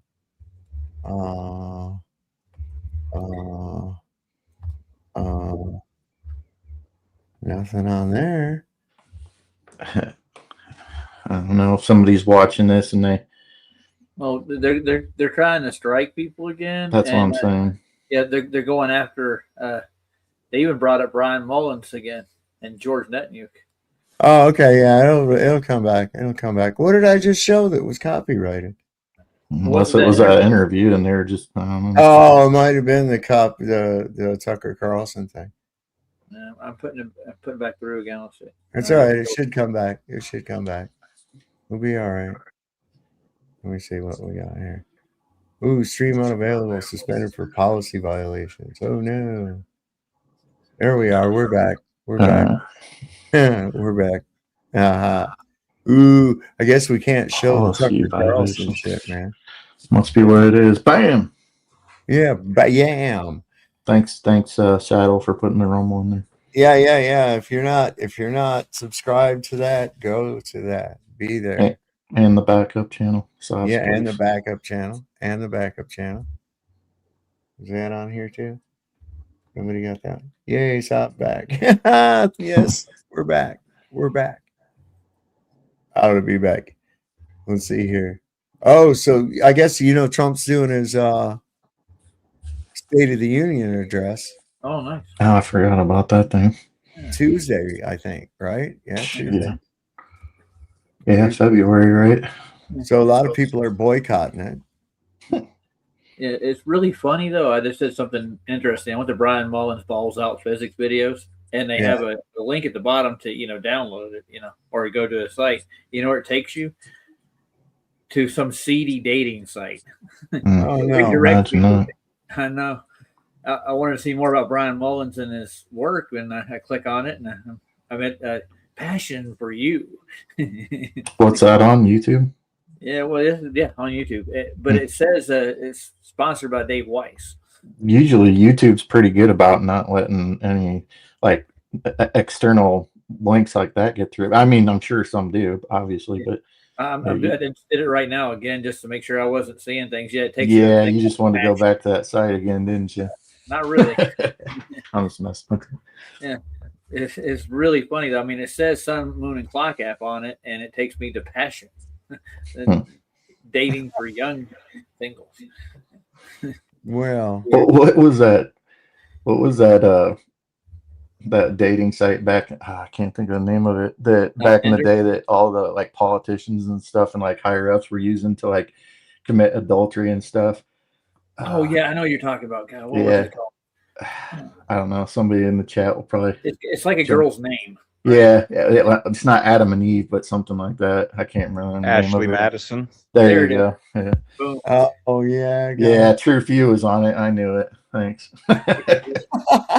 They're looking for. Gotcha. No, I'm just kidding. Yeah, it was Ashley Madison. Politician's wife. He's out there looking for one now. Oh my God! Yeah, Nancy James Pelosi Madison. It was James Madison's ex-wife. He's the university over here, James Madison University, right over here in Harrisonburg. That started out as a girls' college, believe it or not, back in the 1800s. Yeah. But now it's getting pretty big. It's huge. It's getting pretty big. But certain people are going to the State of the Union are bringing friends along. Trump's State of the Union address is scheduled for Tuesday, and it may have just been ruined. Here's why. Epstein victim Danny Bensky is going to attend as a guest of Chuck Schumer. Epstein survivor Charlene Rockard is going to be attending as a guest of Rep. Emily Randall. Epstein victim Liz Stein is going to be attending as a guest of Rep. Fernandez. And the family of Virginia Giuffre are going to be attending as guests of Jamie Raskin. Don't stop talking about Epstein. Trump's State of the Union. What do you think? Oh, Ratskin. Ratskin. What was that other guy's name yesterday? It had an odd name. There was somebody you covered yesterday. What now? There was somebody that had a really odd name that you did a couple of clips of yesterday. I can't remember his name. It just reminded me of a small penis. Like his last name was just something odd. Trying to recall that. Yeah, me too. Have to rewatch. So, yeah. Oh yeah, this guy. Yeah, I like this. This guy's explanation of Zionism. It's pretty good. I wish more Christians would get this. If Christianity were about defending a flag, Jesus would have picked up a sword, but he didn't. He picked up a cross. And yet somehow a movement that's supposed to follow that man, a man that said, "My kingdom is not of this world," has decided that protecting a modern nation state called Israel is the center of Christian duty. That blessing it, defending it, and justifying it at all costs is some holy assignment carved into the marrow of the gospel. But I'll say it plainly, Christianity does not require allegiance to the state of Israel. That's not heresy, that's scripture. In the Bible, Israel was not a place first, it was a person. It was Jacob wrestling with God by a river until dawn, scarred by truth and renamed by grace. Israel meant one who struggles with God, and it became the name of a people, not a flag, not a government, not a modern nation carved out in 1948 by colonial politics and American guilt. The word carried spiritual identity. It meant those called into covenant with God. It had nothing to do with missiles or borders or UN resolutions. When the modern state was named Israel, it was not a return to biblical obedience. It was a calculated decision, an intentional conflation of nationalism with theology. It was branding, and a powerful one because it worked. Because now when people hear Israel, they imagine sacred continuity. They imagine divine appointment. They imagine the Old Testament alive and well in 2025, and they are wrong. The Israel of the Hebrew Scriptures was not a Western-backed nuclear power. It was a wandering tribe, a nation in exile, a people constantly called back to justice, humility, and mercy, and often condemned for chasing empire. The prophets didn't worship Israel. They rebuked it over and over and over again for war, for greed, for turning their back on the poor and the foreigner. You know, the same things modern Israel does with American funding now. The idea that Christians are commanded to bless the state of Israel is not in the Gospels. It is not in the epistles. It is not in the teachings of Jesus Christ. It's in the talking points of televangelists and the foreign policy of end-time grifters. The gospel does not preach that God's blessings is tied to the modern border of Tel Aviv or the Iron Dome. Jesus never said, "Blessed are those who back Likud." Paul never wrote that all who oppose military action are cursed. The early church wasn't fundraising for defense systems or declaring settlements on stolen land as prophetic fulfillment. And yes, the Old Testament speaks of Israel as God's chosen people. And yes, land was part of that covenant. But in Christian theology, the story shifts. The covenant widens and the veil tears. And the new Israel, the church, is defined not by soil, but by spirit, not by war, but by witness. And it is made up of anyone from anywhere who walks in faith. Jew, Gentile, Arab, Roman, enslaved, free, all in one Christ Jesus. The New Testament doesn't tell Christians to defend a country. It tells them to defend the poor, to defend the outcast, to walk with the wounded, to make peace, not justifications for war, to see the face of God not in a flag, but in the suffering child behind the rubble. And yet today, American Christians fly Israeli flags next to crosses as if those things belong together. They equate criticism of the Israeli government with blasphemy. They pretend that military aid is a sacrament and that genocide is somehow covered under the blood of covenant promise. And Christ weeps at that lie, because if the gospel means anything, it means you do not get to use God as a shield for political violence. You do not get to bomb refugee camps and quote Jeremiah. You do not get to drop white phosphorus and call it fulfillment. That's not Christianity, that's idolatry. This doesn't mean you have to hate Israel. It doesn't mean you can't believe in its right to exist, but it does mean that if you are a follower of Christ, your loyalty cannot be to any nation, not even one with a biblical name. Your loyalty is to justice, to truth, to love that doesn't end at a checkpoint or a drone feed. Jesus didn't die so the modern church could become a lobby group. He didn't rise so we could bless bombs. He didn't preach love for the least of these so we could side with whoever has better tanks. And if your church is preaching that blessing Israel is the key to God's favor, then you're not in church. You're in a cult, praying to a carved up God who only speaks Hebrew and votes Republican. The gospel doesn't ask you to bless a nation. It does ask you to bless the peacemakers, to comfort the mourners, to defend the innocent, and reject violence dressed as virtue. There is no divine nation. There is only divine love. And if you think that love stops at a border fence or a flagpole or the edge of a crater where children used to live, then you don't know Christ at all. Defiance till death. He's 100% correct. I Yeah, just man. posted Galatians 4, 21, 31, and I can explain in a bit more details if you read it. It's 10 verses from the Bible. It speaks about the Hagar or Agar, depends of the pronunciation and the reading style. So it's speaking about the people from the Mount Sinai, and they're in the bondage because they were two women. One was a bondmaid, a slave, and a free woman. So the bondman is called Hagar, and Agar is in Mount Sinai, which is in Arabia. It is so it exactly is Jerusalem, the land of Israel. So as you can see in the verse, there is Israel, really Israel, but it's above, which is called Zion. That's why they have created the name Zionists, because they want to conflict it. They want to make it as deception, lies. So they are Ishmaelites because they are from Ishmael. So it's Jews, so-called Jews, and Muslims. So both of them, both those groups, and that's how they operate. To make a connections, and people who don't know the Bible, they will believe it because church said so. And this guy was 100% correct. I want to get me a hat like this guy. Yeah, I got one like that. What do they call those? They're driving caps. I thought there's another name for it though. I don't know. That's what I always call them. Would you say a driving cap? Yeah, that's what the British race car drivers, they wore those. Oh, okay. Yeah, I thought so, but I can look it up. I thought they used to wear flight helmets, or leather flight helmets and goggles. Remember that? Yeah, back in wacky days. Yeah. Remember the wacky race? Wacky Racers. What was that? It was a cartoon.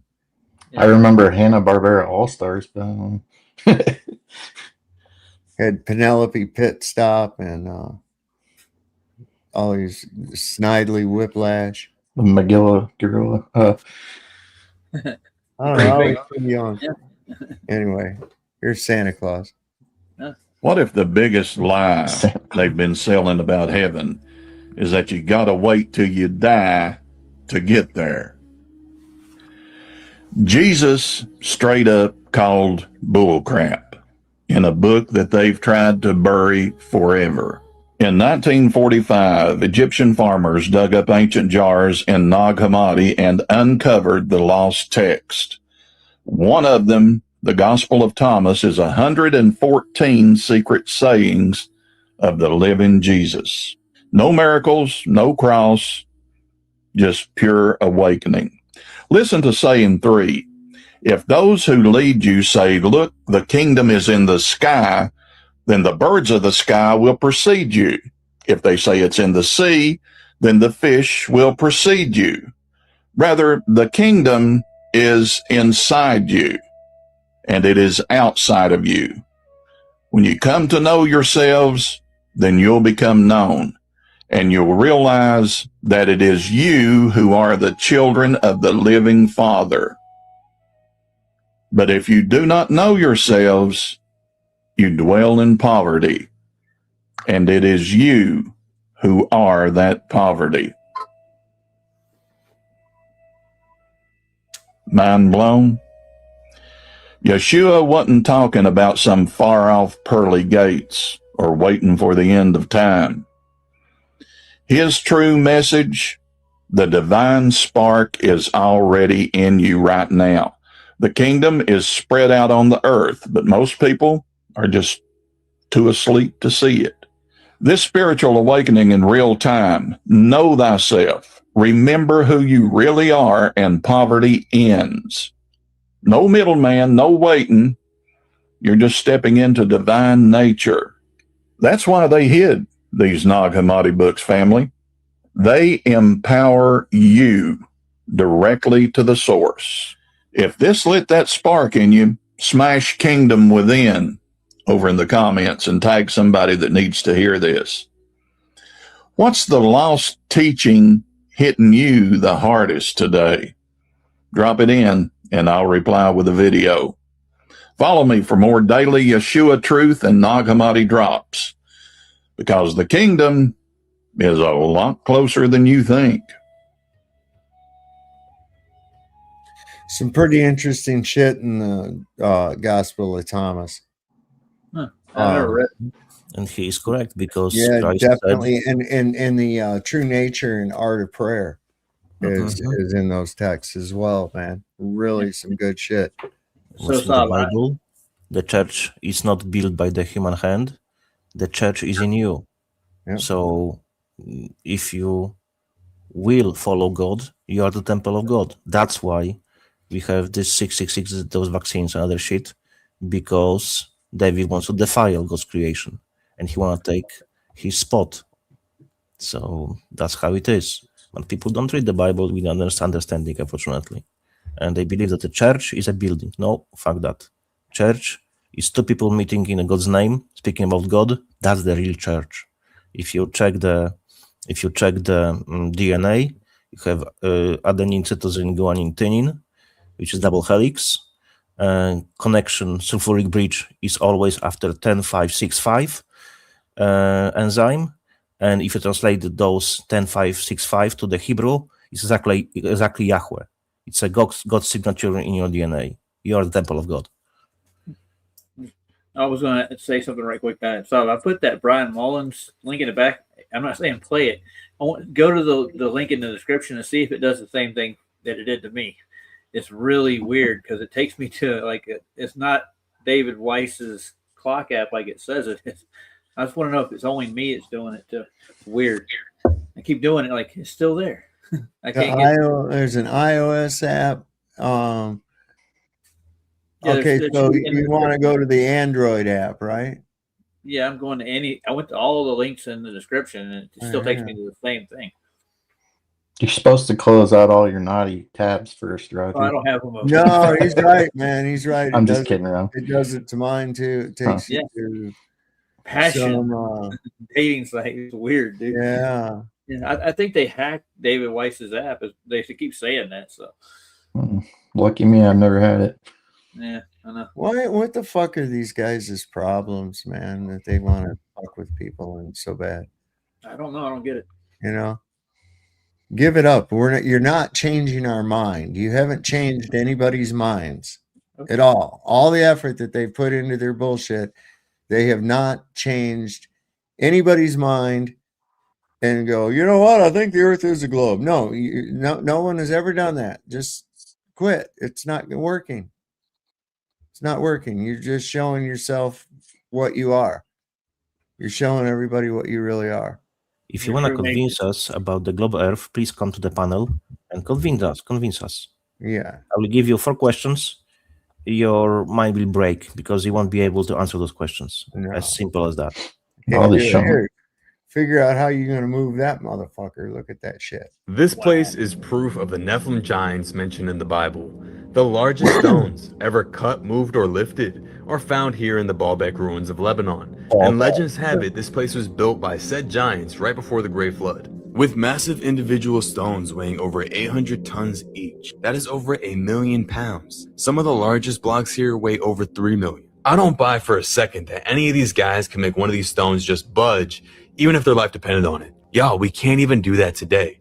Just look at these modern day machines. Can't even lift up a fraction of these blocks. And Baalbek has the largest stones ever quarried in human history.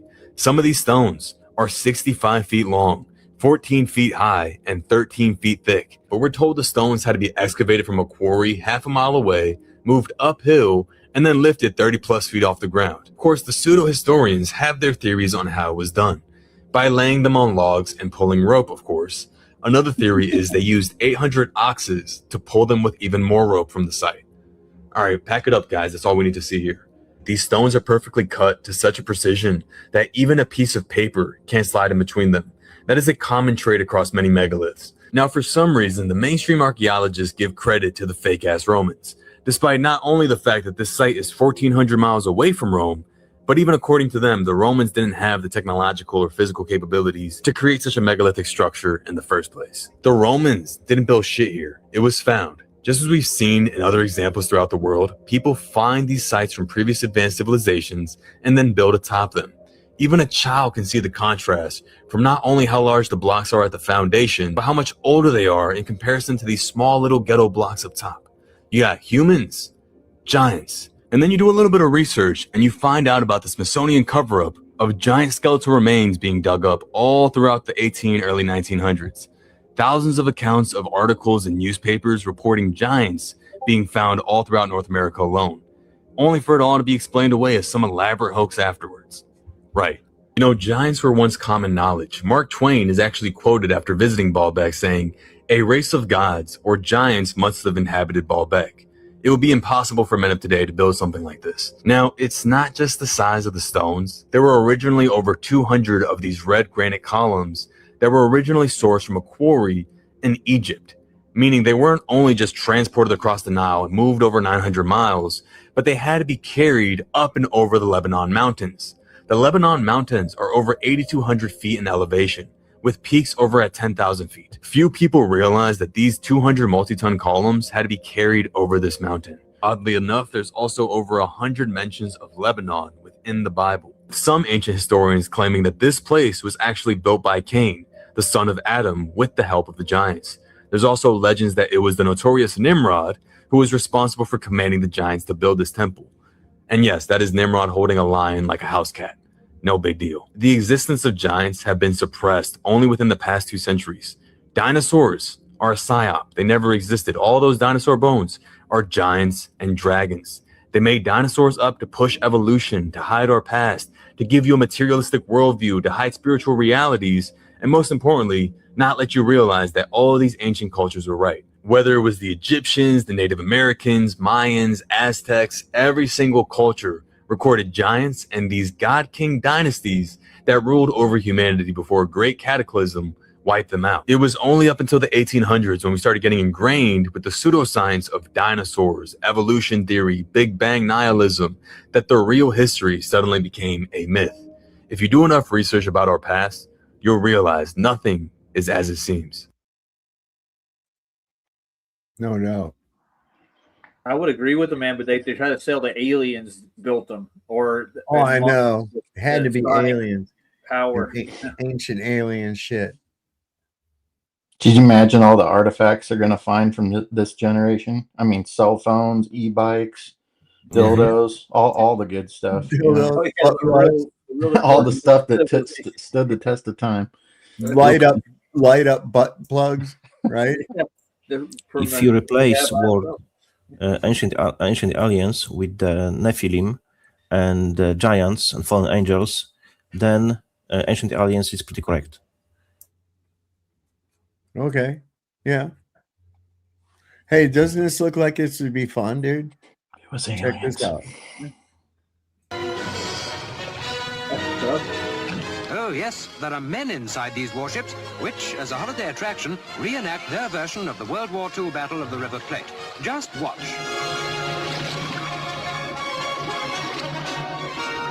Fucking hell, amount of effort is huge.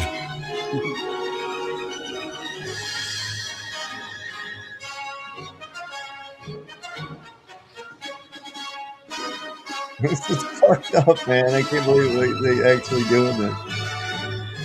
Nice. They've built up this wartime encounter the way old sailors enlarge on their service memories, but the ships are exact replicas of ships afloat with convoys when the Ajax, Achilles, and the Exeter blazed a glory trail. And here they are in a brilliant portrayal of the war at sea.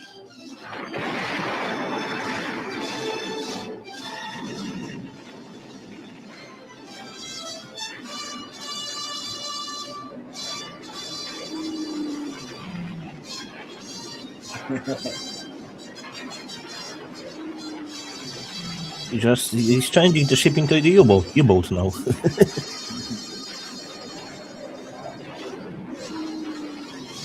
They made him look realistic too, didn't they?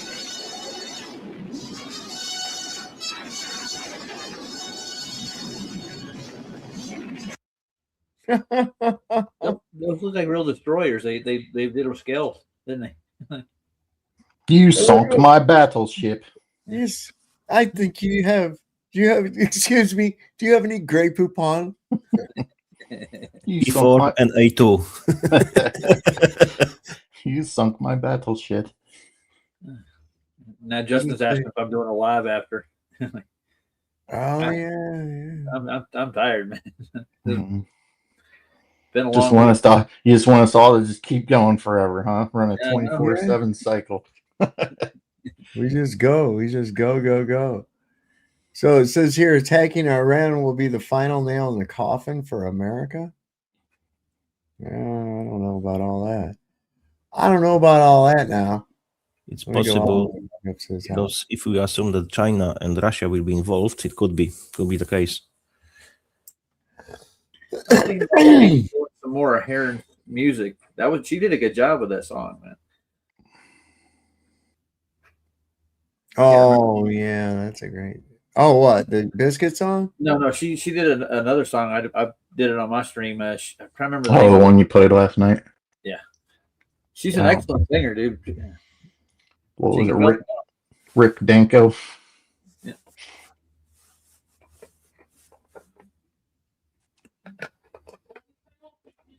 What? Oh, were you looking for something? Yeah. I am. Stuck in a loop. Yeah. When relaxing, fine, badly. Let's see that. What is this? I thought angles were supposed to not have genitalia. Oh yeah, me too. What was not supposed to? I was reading Dr. Bass's comment. I thought angles were supposed to not have genitalia. I think so. How they would procreate with the females on Earth? Well, it said the sons of what, God or the sons of man, right? Which one was it? You've got male genitalia. Yeah. That was Family Guy. So what's in your hat, Cubby? Just My curious. microphone. That's what I thought it was. Timu? No, it's a good one, huh? You didn't order anything off Timu? I've never have actually. No, I've never ordered anything off Temu. I'm not trying to get all my bank account compromised and everything else. Yeah. Not to mention, I don't want to order 45 of the same thing when I can just buy something worth it one time. Yeah. Well, that's why they keep you coming back. You know what I'm saying? I guess for You're some people. accustomed to life. For some people, not me. Oh. These are like real quick knockouts. Jesus. I mean, they got a Dollar Tree right around the corner if I really want to go get some cheap stuff. Watch this shit. Ouch. Yeah, I've seen those. Yeah.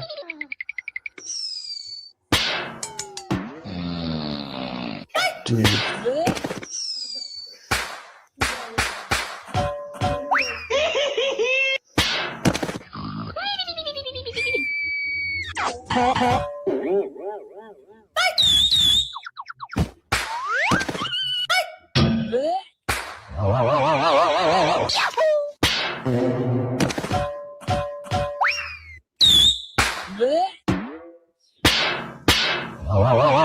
Damn, son.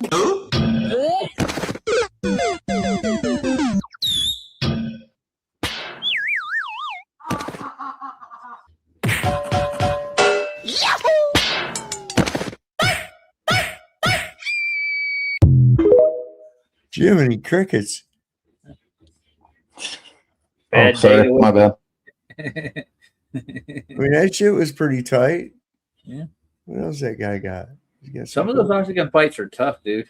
Did you see the one where the guy got hit and pooped his pants? No. Here, I'll drop it in the back. Give me a second. I'll drop it in the back. All right. Oh, it's terrible.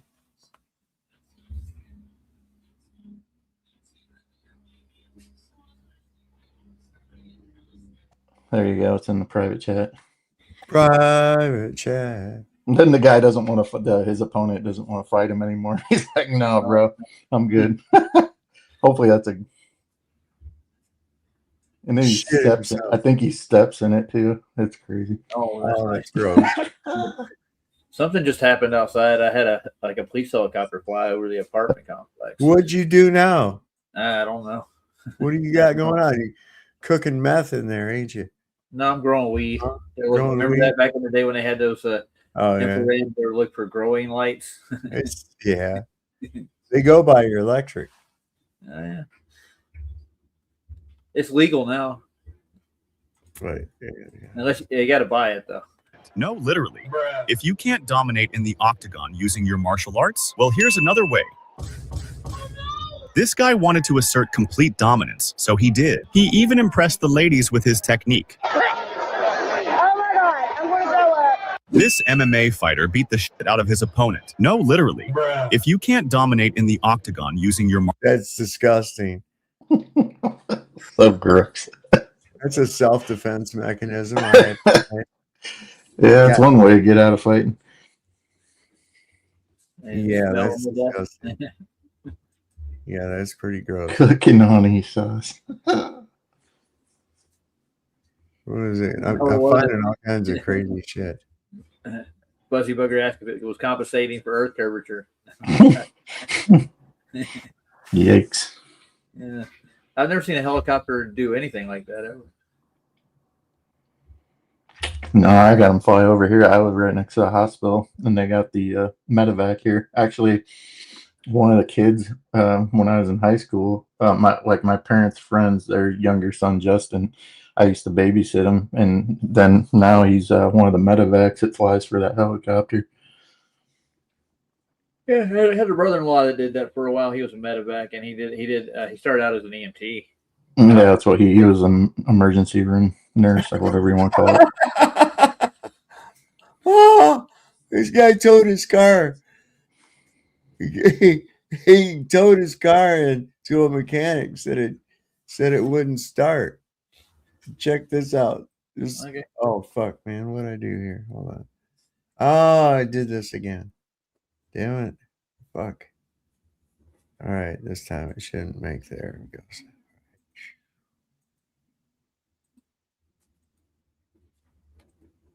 All right. Customer states, car will not start. Had it towed to me. I pull off the battery cable because I think maybe the battery's dead or junk.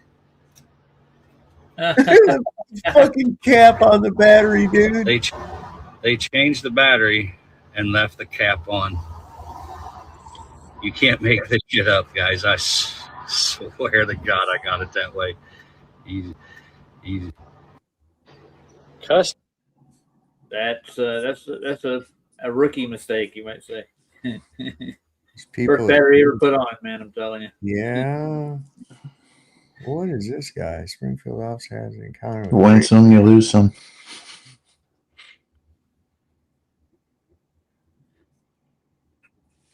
He had to pay for the tow, probably too. Guy in a car. Might have. Yeah.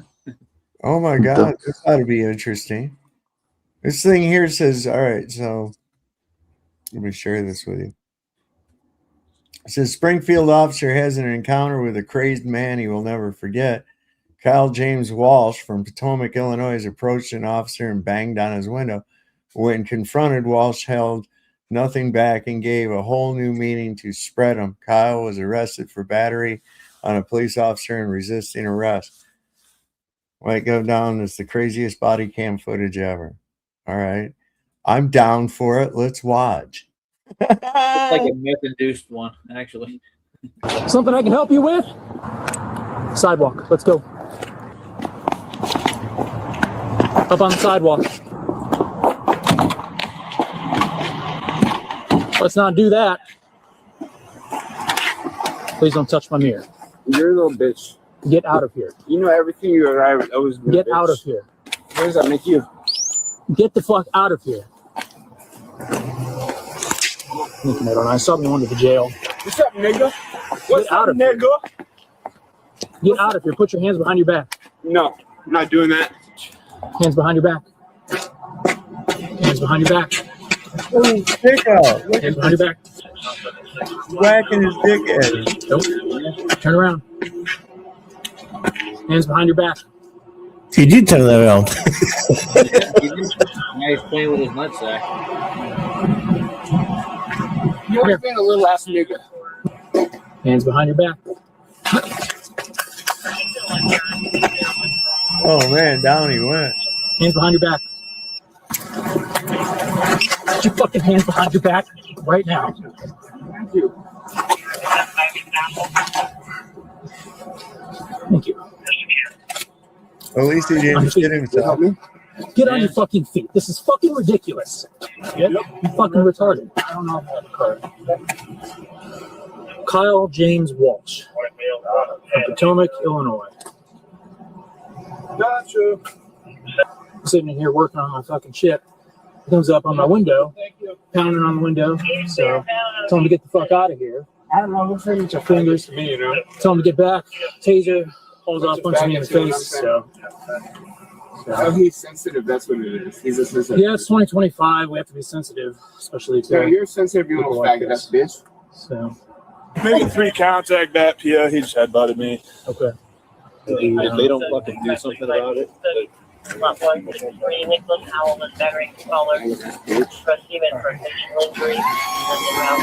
ass motherfucking bitch. I know you've been calling me that for an hour. My recruit's in the jail, so I gotta stay here. If somebody wants to move my car and just bring me the key. Yeah, which one's yours? Like 3.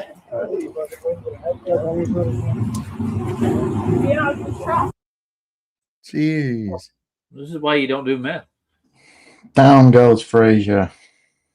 What do you figure was wrong with that fucking guy, man? Hang on, there's some. Might have been a mental breakdown or something. Who knows? So when you take drugs, the pills, the chemicals, you are opening yourself to demons, and you're acting very strange way. The same as alcohol. That's why you say people do not act as normal when they are under influence. Yeah. That's the same as this guy. What the fuck?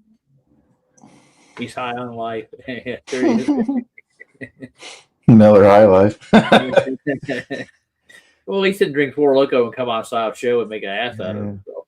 Oh, I checked that guy out. He's back up. Oh, Old nice. Wiggy IRL. Yeah, he put his stuff back up, but and he ironically put up a profile pic of him and a girl. Can you believe that? Yeah.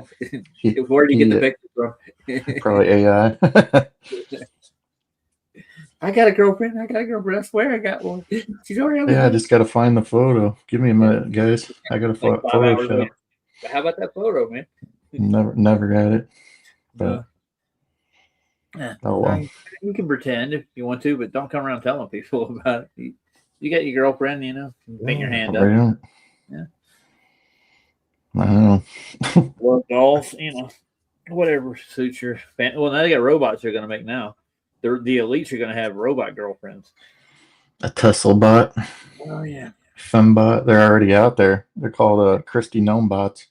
I'm pretty sure that's like one of the first test subjects. Oh, yeah. We put her out there just to see what would happen.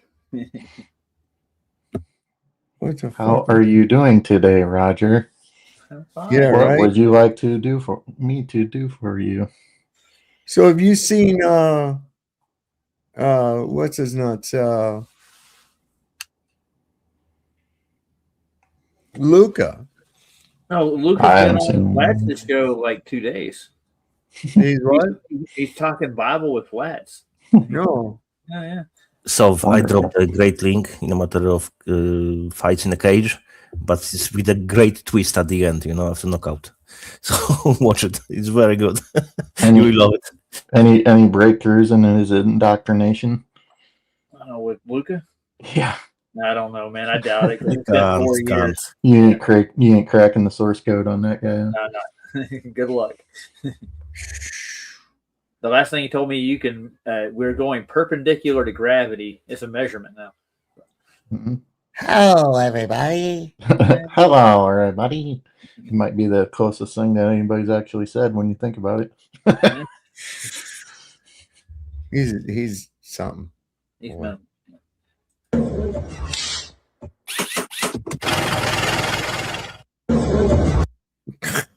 That's retarded. Yeah. Fail. It reminds me of the old Chuck Liddell fights. He get it if once he gets that dialed in, he'd knock him flat. Dude. He's got a little case of the CTE now. Oh, he does. Hey. Yeah. Oh wow, that's from CSI. That's crazy. That's an old show. How long ago was that? CSI. Was that what the one with the redheaded guy, David something? Well, they had several David. Ones. I can't remember. No, it was the original one. It was in Las Vegas, and it was the Miami. I didn't watch those shows. Los Angeles. Yeah, they had like different. Yeah, but the original was in Las Vegas, and it had Grissom, and anyway, there's a clip here, and they were talking about reptilians and shit. Oh yeah, yeah, he'd done research in it. It was like, wow, he knows quite a bit. What did they? There was one. I was over at someone's house. I don't know if it was my mom's, and they were watching one of those. It might have been NCIS or something. They were talking about. Oh shoot. It wasn't the Illuminati, but I don't know. It was one of those things where they kind of like soft disclosure within the show. But you're conspiracy theorist, Cubby. Yeah, so be it. I own it. Tinfoil. I just see on the Polish page on YouTube, the guy is always involved kind of news outsider. He's saying that the plan of attack of the USA on the Iran will be very strange. So let me see what's. That's what I keep looking for. I keep looking to see if there's anything coming up about that. Yeah, they're gonna miss their date. I will see what he's saying. You said Monday, right? It was supposed to be this weekend. I don't know. I guess it depends on who you ask. Yeah. Scheduling a war. If you don't meet the deadline within 10 days, and in 2 days right before you got the deadline, I'm going to attack you. Did you talk about earlier? Did you talk about how Trump signed that whatever it was bill or whatever with the whole Monsanto thing, where those cancer patients who was it Roundup settled with them, and then right after that he gave them immunity. Huh. Well, I remember the cases that Roundup had that people were suing them for. Yeah, well they had some kind of settlement, and then right after that Trump signed that bill, and it had stuck inside of it somewhere. It had something about giving them immunity, just like Big Pharma.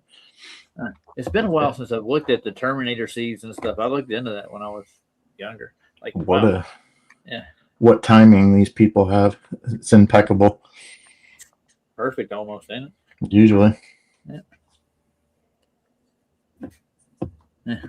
Then I started looking into Pfizer and Merck and their lawsuits against them. I can testimony to malpractice has had happen to me. That was Johnson & Johnson. Trump's buddies.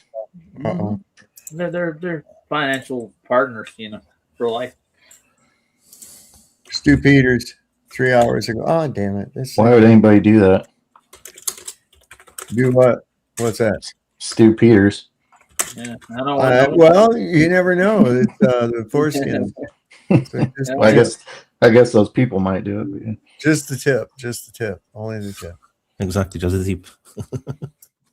There we go. You can't sign into social media right now without seeing countless accounts, whether you're on X, Facebook, Instagram, or TikTok, that are going out of their way to defend Donald Trump, to defend members of his administration from the realization that they are a pack of shekel-stealing pedophiles, from the realization that every branch of government is under the control of these people. The mind control and the manipulation of this country go so deep. They go so far that Americans are willing to dismiss all of this information that we have at our disposal and say, yeah, Trump's the good guy. He's going to save America on his white horse. So what if he's mentioned in the Epstein files 38,000 times? It's all a Democrat hoax anyway.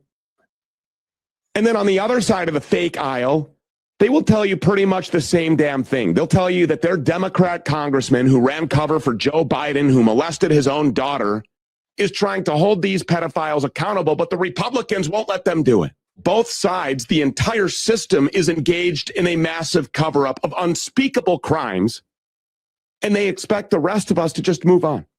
The latest release of these Epstein files from the DOJ has put the complacency, the Stockholm syndrome of the American people on full display for everyone to see. These files, they show everyone in plain black and white that our government is so compromised that even the sitting president of the United States is mentioned over 38,000 times. And there are still millions, 6 million pages that they tell us we are never going to see. There are tapes that they will never release. There are names that they will never unredact. And even though members of Congress are supposedly right now digging through and sifting through unredacted versions of these files right now, identifying those that are responsible for the crimes that are documented within them, they aren't sharing that information with the... What the hell? Sorry about that. I thought you were over at the Pentagon thing. On the How'd index. that come up? Wait a second. Just checking out Comet Pizza. Yeah. Why did that come up over there? I don't know. Your guess is as good as mine. Well, You hit a button you didn't mean to. Where was I? Well, I guess we can't hear any more about that. Why not? Just go in your history and pull it back up. Yeah. What the heck are you watching now? Somebody's doorbell cam. Somebody's lit on fire or something. Woo. Or what? I guess not. What the heck? I don't know what that is. Ball lightning caught on Ring doorbell. That's Slimer. Yeah, there you go. Who are you going to call?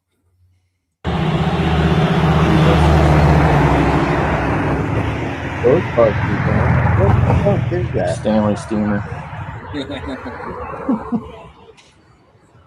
Roto Rooter. Yeah. I have no idea. That looks like fireworks to me. Looks like AI to me. Yeah. Well, nowadays it could be anything. Usually there's like community notes on something like that. Well, it comes back Let's see what the ball lightning down here. That's not ball lightning. At the top of the description, it said it. That's what it said. Okay. So ball lightning caught on Ring doorbell. Yeah.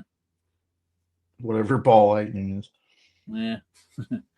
Go, I've seen what they call ball lightning, but it doesn't do stuff like that.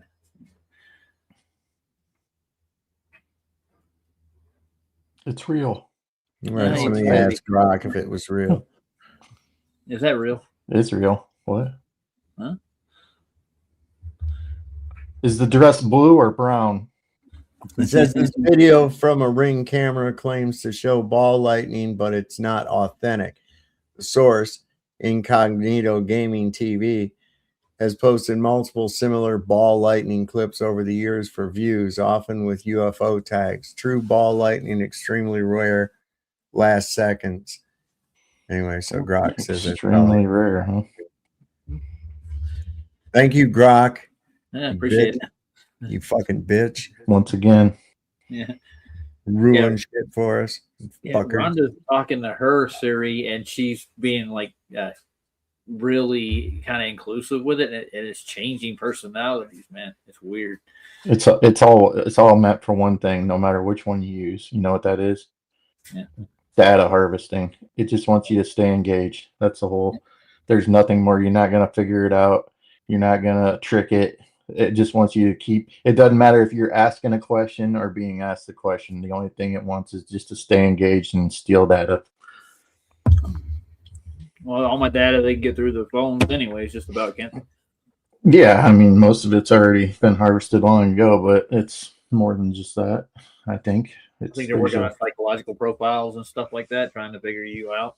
Yeah. Maybe to. I don't know. I don't want to speculate because I don't fully know myself. It's just another avenue for control. If they want to, analyze your day, my inflections, my speech, patterns, they can figure me out in a heartbeat. You know. Yeah, it's already long since been figured out. Ever since you picked up a phone, a smartphone that is, or maybe even not smart. Yeah, it's like, but I mean, once you get one, it just gets almost addictive, man. Like, where is it? Where's the phone? I think they won't do the study on this, but I think so. I want to say that sugar is the number one addiction out there, but I think the cell phone has far surpassed that addiction at this point. Oh, yeah. Well, and sugar's even over most your common drugs. Yeah, like they even put sugar in my tobacco salts. They add sugar to this stuff. Yeah. No sugar tonight in my coffee. No sugar tonight in my tea. But that's like the number one thing when people go to prison or jail. That's like the number one withdrawal is like the hardest thing for them is to get over that sugar addiction if you had one going in, you know. Oh yeah. Well, everybody's got some sort of sweet tooth that I think they develop over their life. I think so. They bank on it, you know. And it's even worse if you use artificial sweeteners. So you're damned if you do and damned if you don't, right? Watch this fucking guy. This is crazy. That's a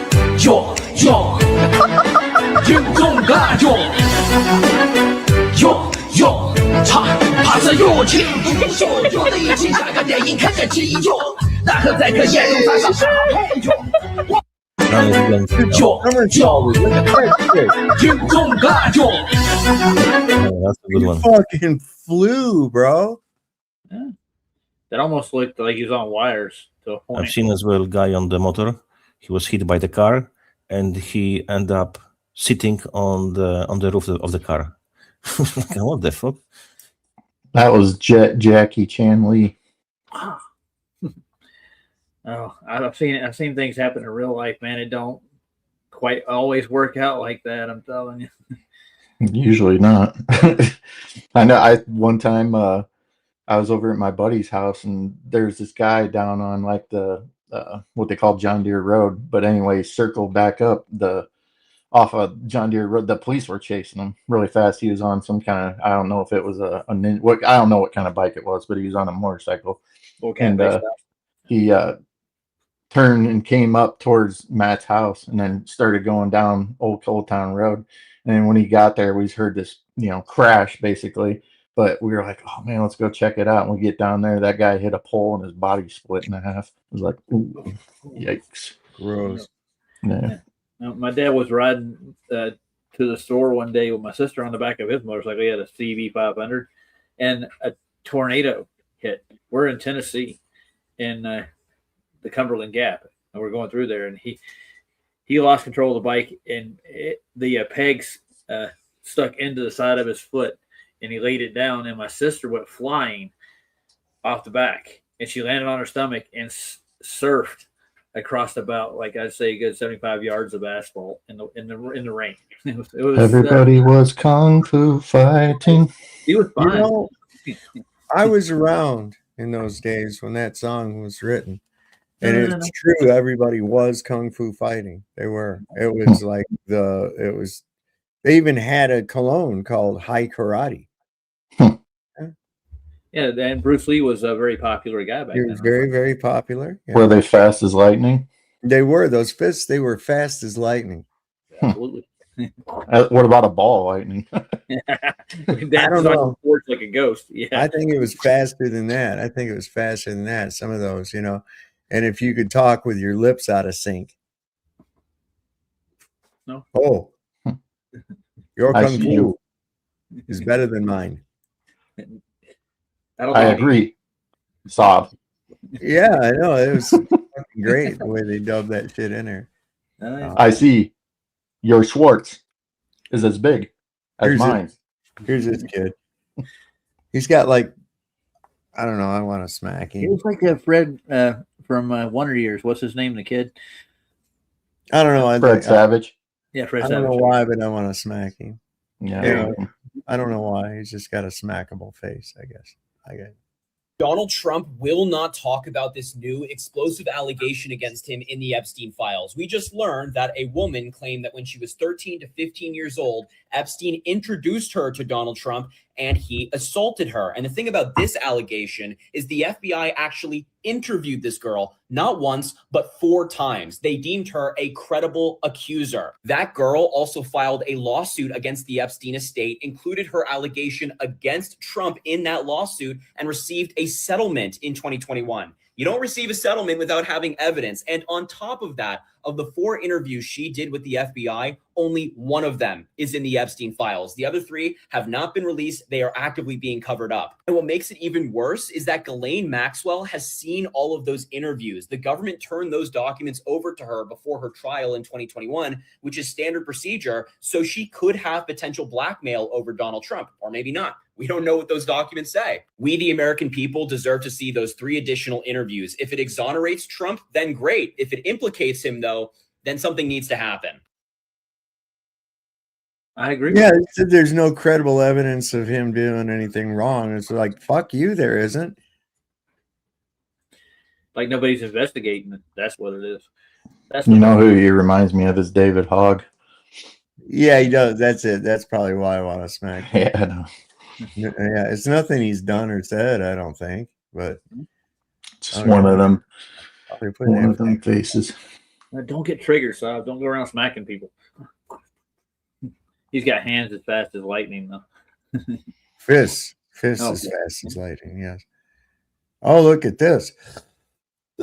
This is obviously real. What is that?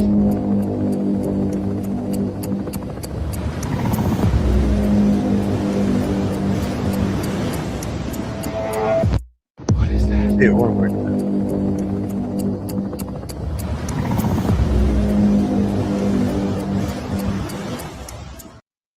That looks like Laos or Cambodia or somewhere, and they're just That's the great Medusa carp. Oh yeah, I want to catch one of those. Probably. Yeah. Most You, likely. you gotta have to put out a bank line to get that. Mm-hmm. I think Jeremy from River Monsters should go try and wrangle that in. Oh man, I haven't seen him in a while, dude. I don't think he's on anymore. He's I could still be in wrong, like but South America. Jeremy from River Monsters. Remember that show, River Monsters? Oh yeah. Jeremy Wade, was that it? Yeah, I he's can't Wade. Yeah, he went stingray fishing in a freshwater system, and he caught this huge, like 2,000-pound stingray or something. He almost ended up Steve Irwin, huh? Oh, yeah. Go swimming with the sharks, man. Hope you don't get eaten. And it's one of those things. I ain't ever going swimming with the sharks. I hate Nope. sharks. That's not my Not thing. going in the same water as them. I don't if I don't have to. No. My No. grandmother was swimming off a boat in Catalina one day, and this big bull shark just swam up right beside of her, and she didn't even know it. Scared Did he, the living hell out of her. did he smoke with her? No, he didn't Oh, smoke. he said bull shark. So. Hey, Grandma, you want to smoke? You got any? You holding grams? I did say bull shark, right? Didn't I? I thought I did. I think there's Good thing it wasn't a mango shark. Mm-hmm.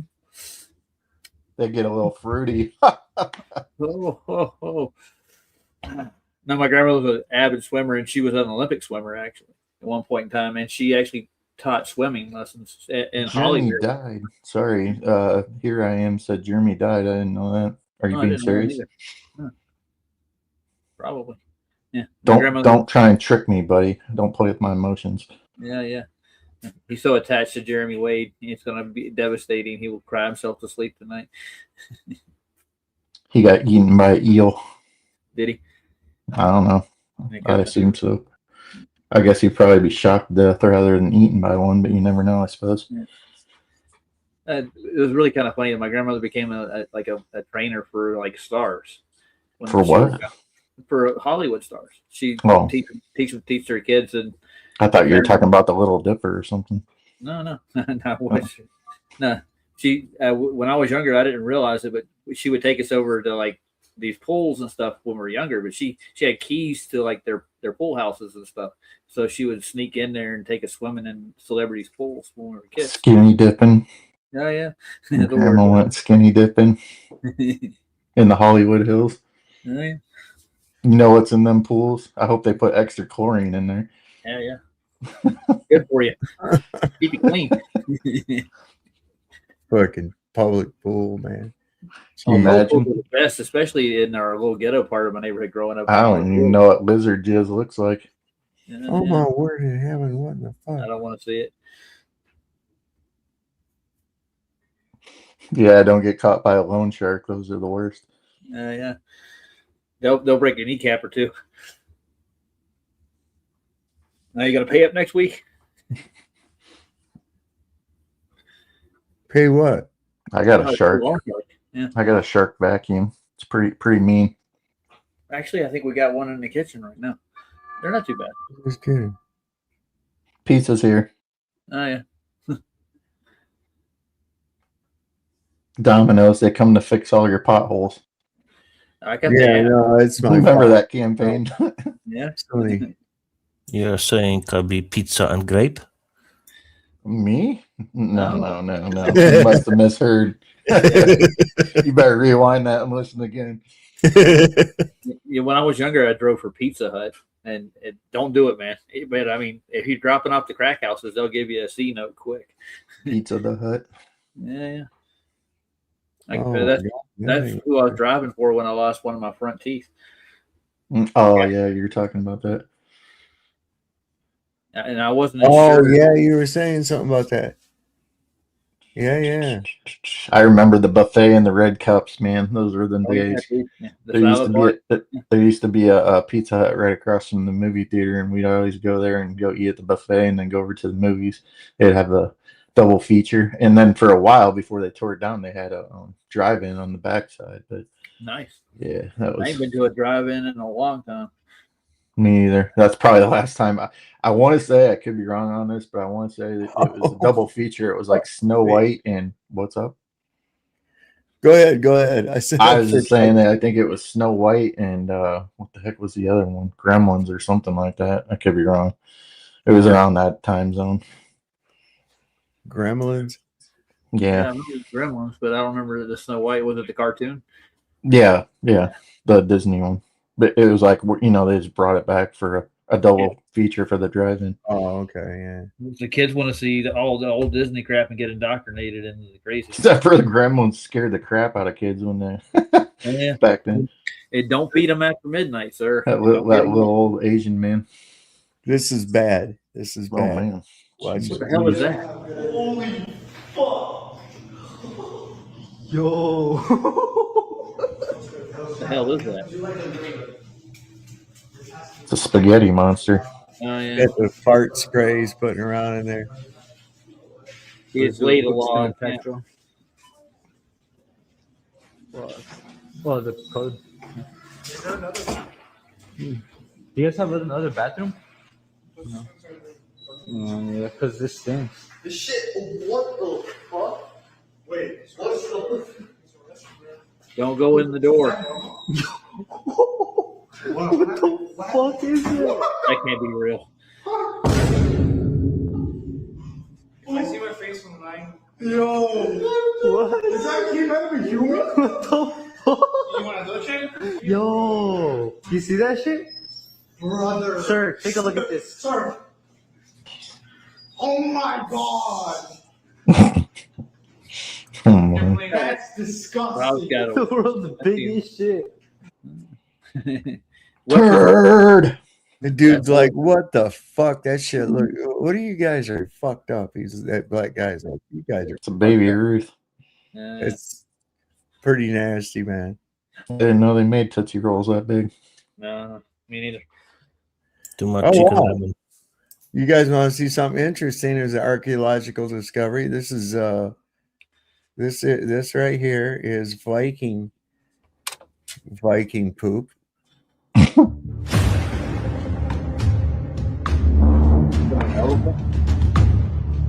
Yeah.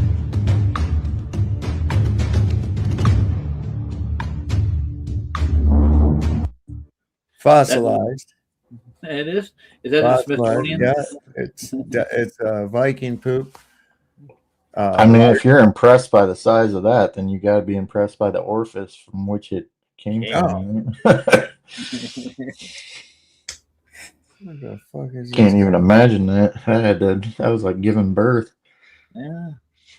I wouldn't know what that's like. Closest I've been to that is a kidney stone, but Yeah, I've had one of those. yeah, they're not fun. That was fun. Mm, Actually, no. I was at a job. They gave me the pills that dissolve it, but it didn't dissolve it small enough, and it passed Dissolve through. it. You got lucky. Well, it didn't dissolve. It came through. I had to have mine laser removed, and then they put a stent in. I'm not even gonna tell the rest of the story. It was terrible. Yeah, I've told it before.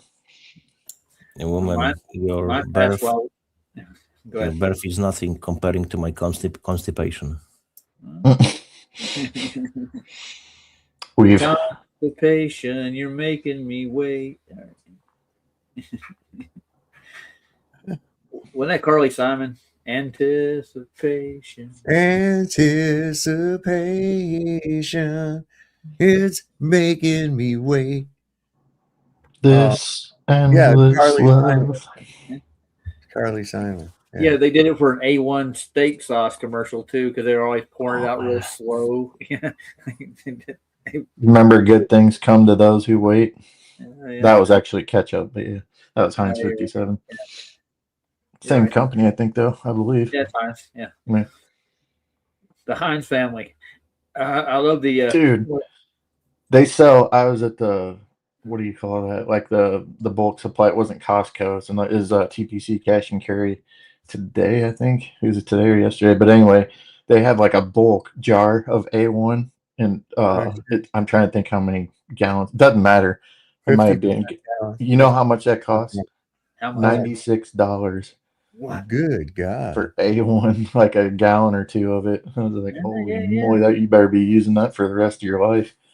You would? Yeah, no shit, right? God. Well, I looked up how to make it once, but it's got so many freaking ingredients in it. It's too expensive to even bother. Yeah.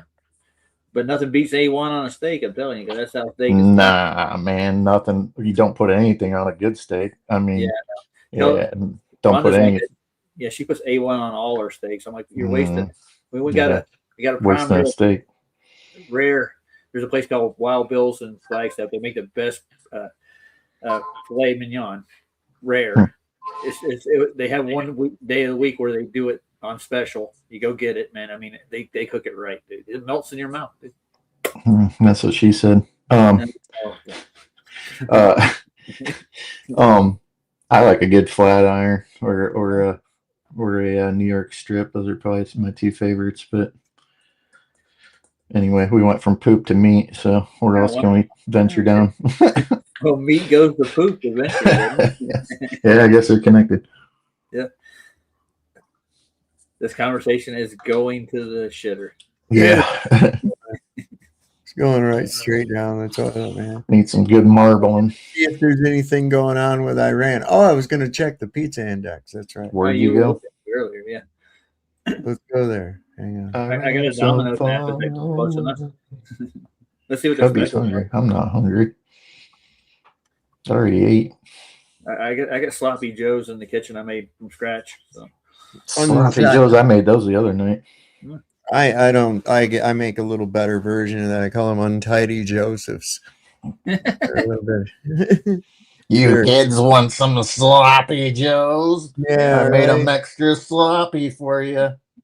Oh, we're at DoCon 4. Oh no! Yeah, let me share here. Put up the alert. Okay, so looks like we're all right, pretty much. Look, everything's quiet. There is raisins in A1 wheels. Yeesh. I don't want to know see that. what the map looks like. Golden raisins, actually. Nice. Yeah, there's nothing, it seems like. DoCon 4. Nothing. That's when it's the worst. Maybe they're playing possum with us. It's because Lindsey Graham's gone. All the gay bars are closed. He's over in Israel prancing around like Tinkerbell. He's hanging out with what's his name? Who did we just see just a minute ago? Huckabee. Yeah, Huckabee, yeah. Huckabee. When I first saw him, I thought he was he made sense when he did his little Wasn't in the media too, not just in politics. He was a pastor. Oh yeah, that's right. Yeah, he's an evangelical pastor, and then his daughter Sarah, who's the governor. I think she's still the governor of Arkansas. I want to say he was also the governor of Arkansas, but she was the press secretary for Trump. Oh, that's you know what was crazy, and I remember this dude on TV too. Okay, so the other night I watched this movie called Detroit, and it was about when the '67 riots broke out. Okay, so the governor of Michigan was Governor Romney. It was Mitt Romney's dad. And they showed a clip of him talking, and I was like, holy shit, yeah, him and his dad, they look almost identical, like clones, man. Man, they probably are the same person. Yeah, what was his first name? I don't know his dad's name. Catcher. Let's see. Catcher's mitt. Yeah. Somebody's talking about biscuits and gravy, and oh man, I told you guys not to beat that thing to death. You're gonna do it. It's gonna be over. You're gonna ruin it for Andrew. Blame Justin, man. It's his fault. Andrew's gonna end up taking a cold shower. Is what's gonna happen. Yeah, George Romney. He's gonna have withdrawals. Find a picture. Yeah, George Romney. Or what'd you say? Yeah, George. George. Yeah. Yeah. They have desserts at Domino's now. Jeez. Well, I got to go get some now. No, they got that other freak face. What, Whitmer? Yeah. Hang on. Here's what Romney looked like way back in the day. Oops, wait. Where is he? Wait. Where'd he go? Oh, it's on a tab. There he is. That guy. So we get to see the infamous George Romney. Oh yeah, he does look just like him. Yeah. It's same weird fucking head. Privilege. Where'd they come? They're from Utah, right? I think so, yeah. They're miscreants. Yeah. Let me see. Why is everybody spelling my name with a W? Actually, I haven't heard much from that guy in a while. He used to be out there. Who, pretty Mitt? much? Yeah. He's quiet. Yeah. He was always out there freaking rooting on Israel. Well, we'll see what happens in the next few hours. This is Jess, the artist known as Jess. He's going to talk about this here real quick. That treacherous bastard Mike Huckabee might have actually saved us from World War III, or he may have guaranteed that it is World War III if we bomb Iran. Mike Huckabee said something out loud that no one else has ever said. When Mike Huckabee said that Israel has a biblical right to the entire Middle East to just, quote unquote, take it all, that is the first time that they have ever admitted that Israel wants, that is 7 other countries that they want to take land from. And this is just absolutely pissed off Saudi Arabia. Because the whole time America's been like, no, Saudi Arabia, yeah, we're helping Israel, but we're just mad at Iraq. You're cool. We're not trying to fuck with you. It's just Afghanistan. No, Saudi Arabia, fucking Kuwait. Like, no, we're not worried about it. We're all cool, right? We can keep our bases. No, it's just Syria. We're not worried. And Mike Huckabee would just blew it all the fuck out of the water and was like, no, we want to take it all. Fuck them all. 14 countries have now banded together. Basically, the entire Middle East has banded together and condemned Mike Huckabee and said that these are unlawful acts. They are, because Mike Huckabee's just like, yeah, dude, we can just take land from all of these countries, take the entire Middle East.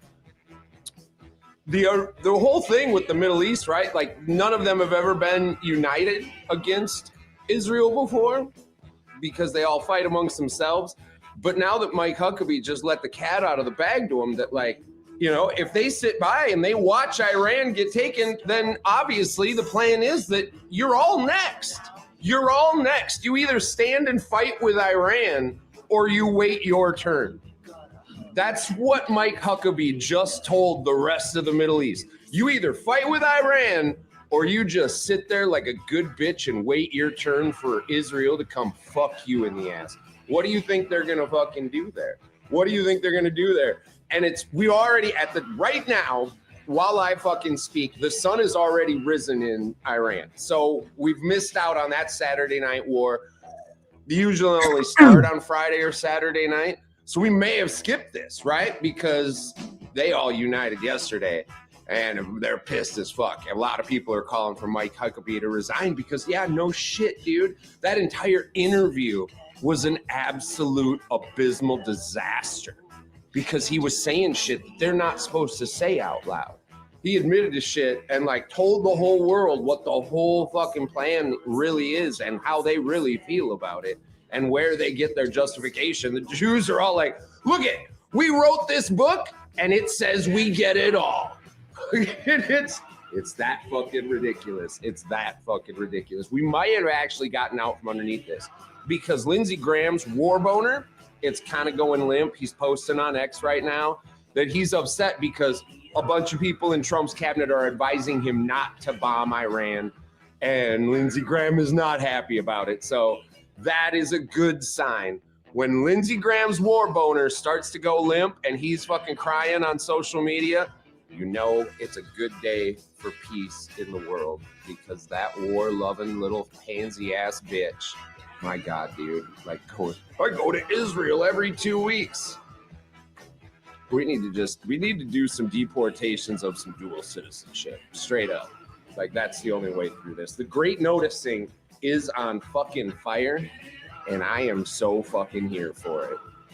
Like, 50-50, World War III, not World War III, 50-50. Good luck to you all. Long live the Republic. Old Ladybug Butt's probably got a butt buddy over there. You know what I'm saying? Mm-hmm. Lindsay. Old Tinkerbell. He's something, boy. You know what's up? I'm always planning like a stay on your stream 1 hour, maybe 1.5, but I always fucking stay to the end. And I always fucking go to bed like a fucking in the morning. Yeah. I'm getting ready to shut it down because it's been 4 hours here. I think it's good enough, man. That's enough. That's enough time on here. Don't y'all think? Yeah, I'm getting tired myself. Real quick, if you want one of these books, guys, I'll remind you till next week. Put a comment in tonight's episode to say, hey, Kevy, I want one of those books, and I'll put you in the drawing, and we'll figure it out in a week or so. Did you go through the other... I went through most of it. I'll have to check it again after this. Yeah. I put on the last one, yes. Okay, I got you. All right. But, yeah, I'll do it for a week or whatever. Sorry. Right on. And also the links for the books are in the description to the show. So if you want to go over there and peruse what's there and order yourself one, it's awesome as shit. They're a nice little addition to have around. So, indeed. All right, guys, I want to thank everybody for coming up tonight, everybody who showed up out there in the chat, all the interesting conversation I saw going by in the chat as we were going along with all this craziness. We may be at war by the end of the weekend. Who knows what'll happen? I don't know. Maybe they'll attack on a Sunday. I don't know what they're going to do. Israeli government. Who's going to be the one to push the button first? I don't know, but I know that the sailors and Marines and shit that are on those ships were given lobster and steak. Oh, nice. And that, you know what that means. Yeah, you do. Last request, anybody? Yeah, right. Exactly. So, Pray for God changing their minds. So we'll see what happens. Hopefully we don't. Hopefully he wises up or something. Because I think they got him by the balls both ways. What's he supposed to do? He's being blackmailed with the same shit by the two different opposing sides. Yeah. He's damned if he does. He's damned if he don't.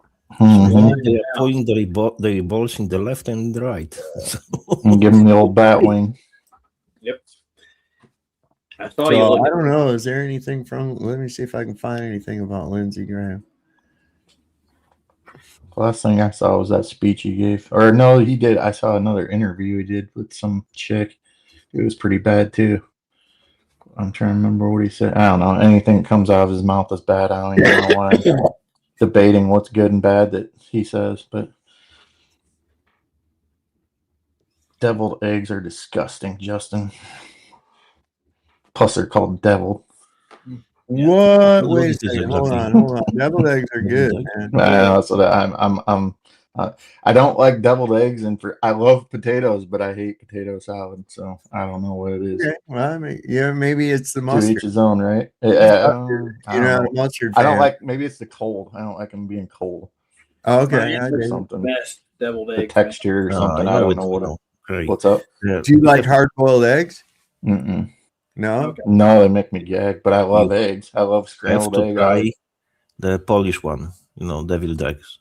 Man, you will love it. Of course, it's Polish. It's going to be really good, right, John? Of course it is. Man, we have great food in Poland. Yeah. Believe me, man. I got to go there. Try to find a Polish shop in USA and buy Polish sausages, kielbasa or ham. Man, you will love it. Believe me. We've got one here pretty close by. A Polish guy has a little butcher shop, and he makes some pretty good stuff. Yeah. Nothing like that near me anywhere, unless I go all the way up. I'd have to go all the way to DC or somewhere up there. Yes, go and buy like a 20 kilograms, put it to the freezer, and keep it for like a few months. It's great. Just put some on some dry ice and send it to him. What's the difference between Hillshire Farms kielbasa and Polish kielbasa? What's the Polish difference? is kielbasa, so it's Polish sausage. It's always kielbasa.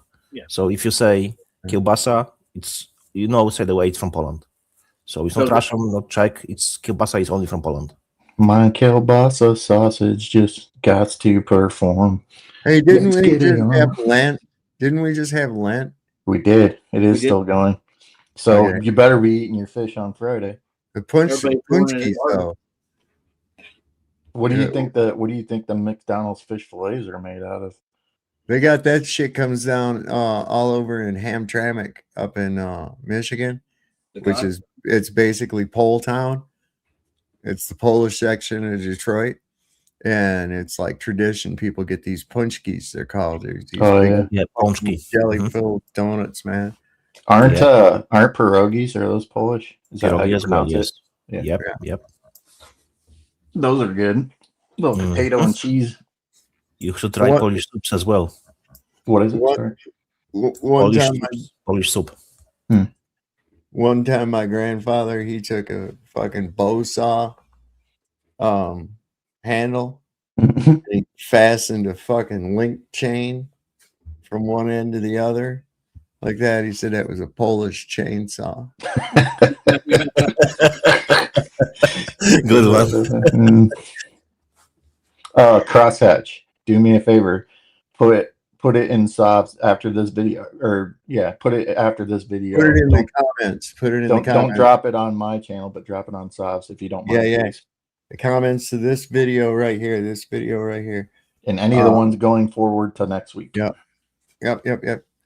All right, guys, I'm going to roll off of here. Thanks, everybody, for coming up, chatting us up. Everybody that showed up, everybody that's interested in one of those books, go ahead and put your interest in the comments this evening. Be sure you like, share, subscribe. Be sure you subscribe to the backup channel as well as the Rumble channel, especially the Rumble channel, because like we had that glitch tonight, we don't get that over there. Because they're not peckerheads, and YouTube is peckerheads. That's what they are. They're peanut whackers. We don't like them, so fuck them. Anyway, let's not forget that we like to let people know that the Lord loves a working man. Don't never, ever, ever trust Whitey.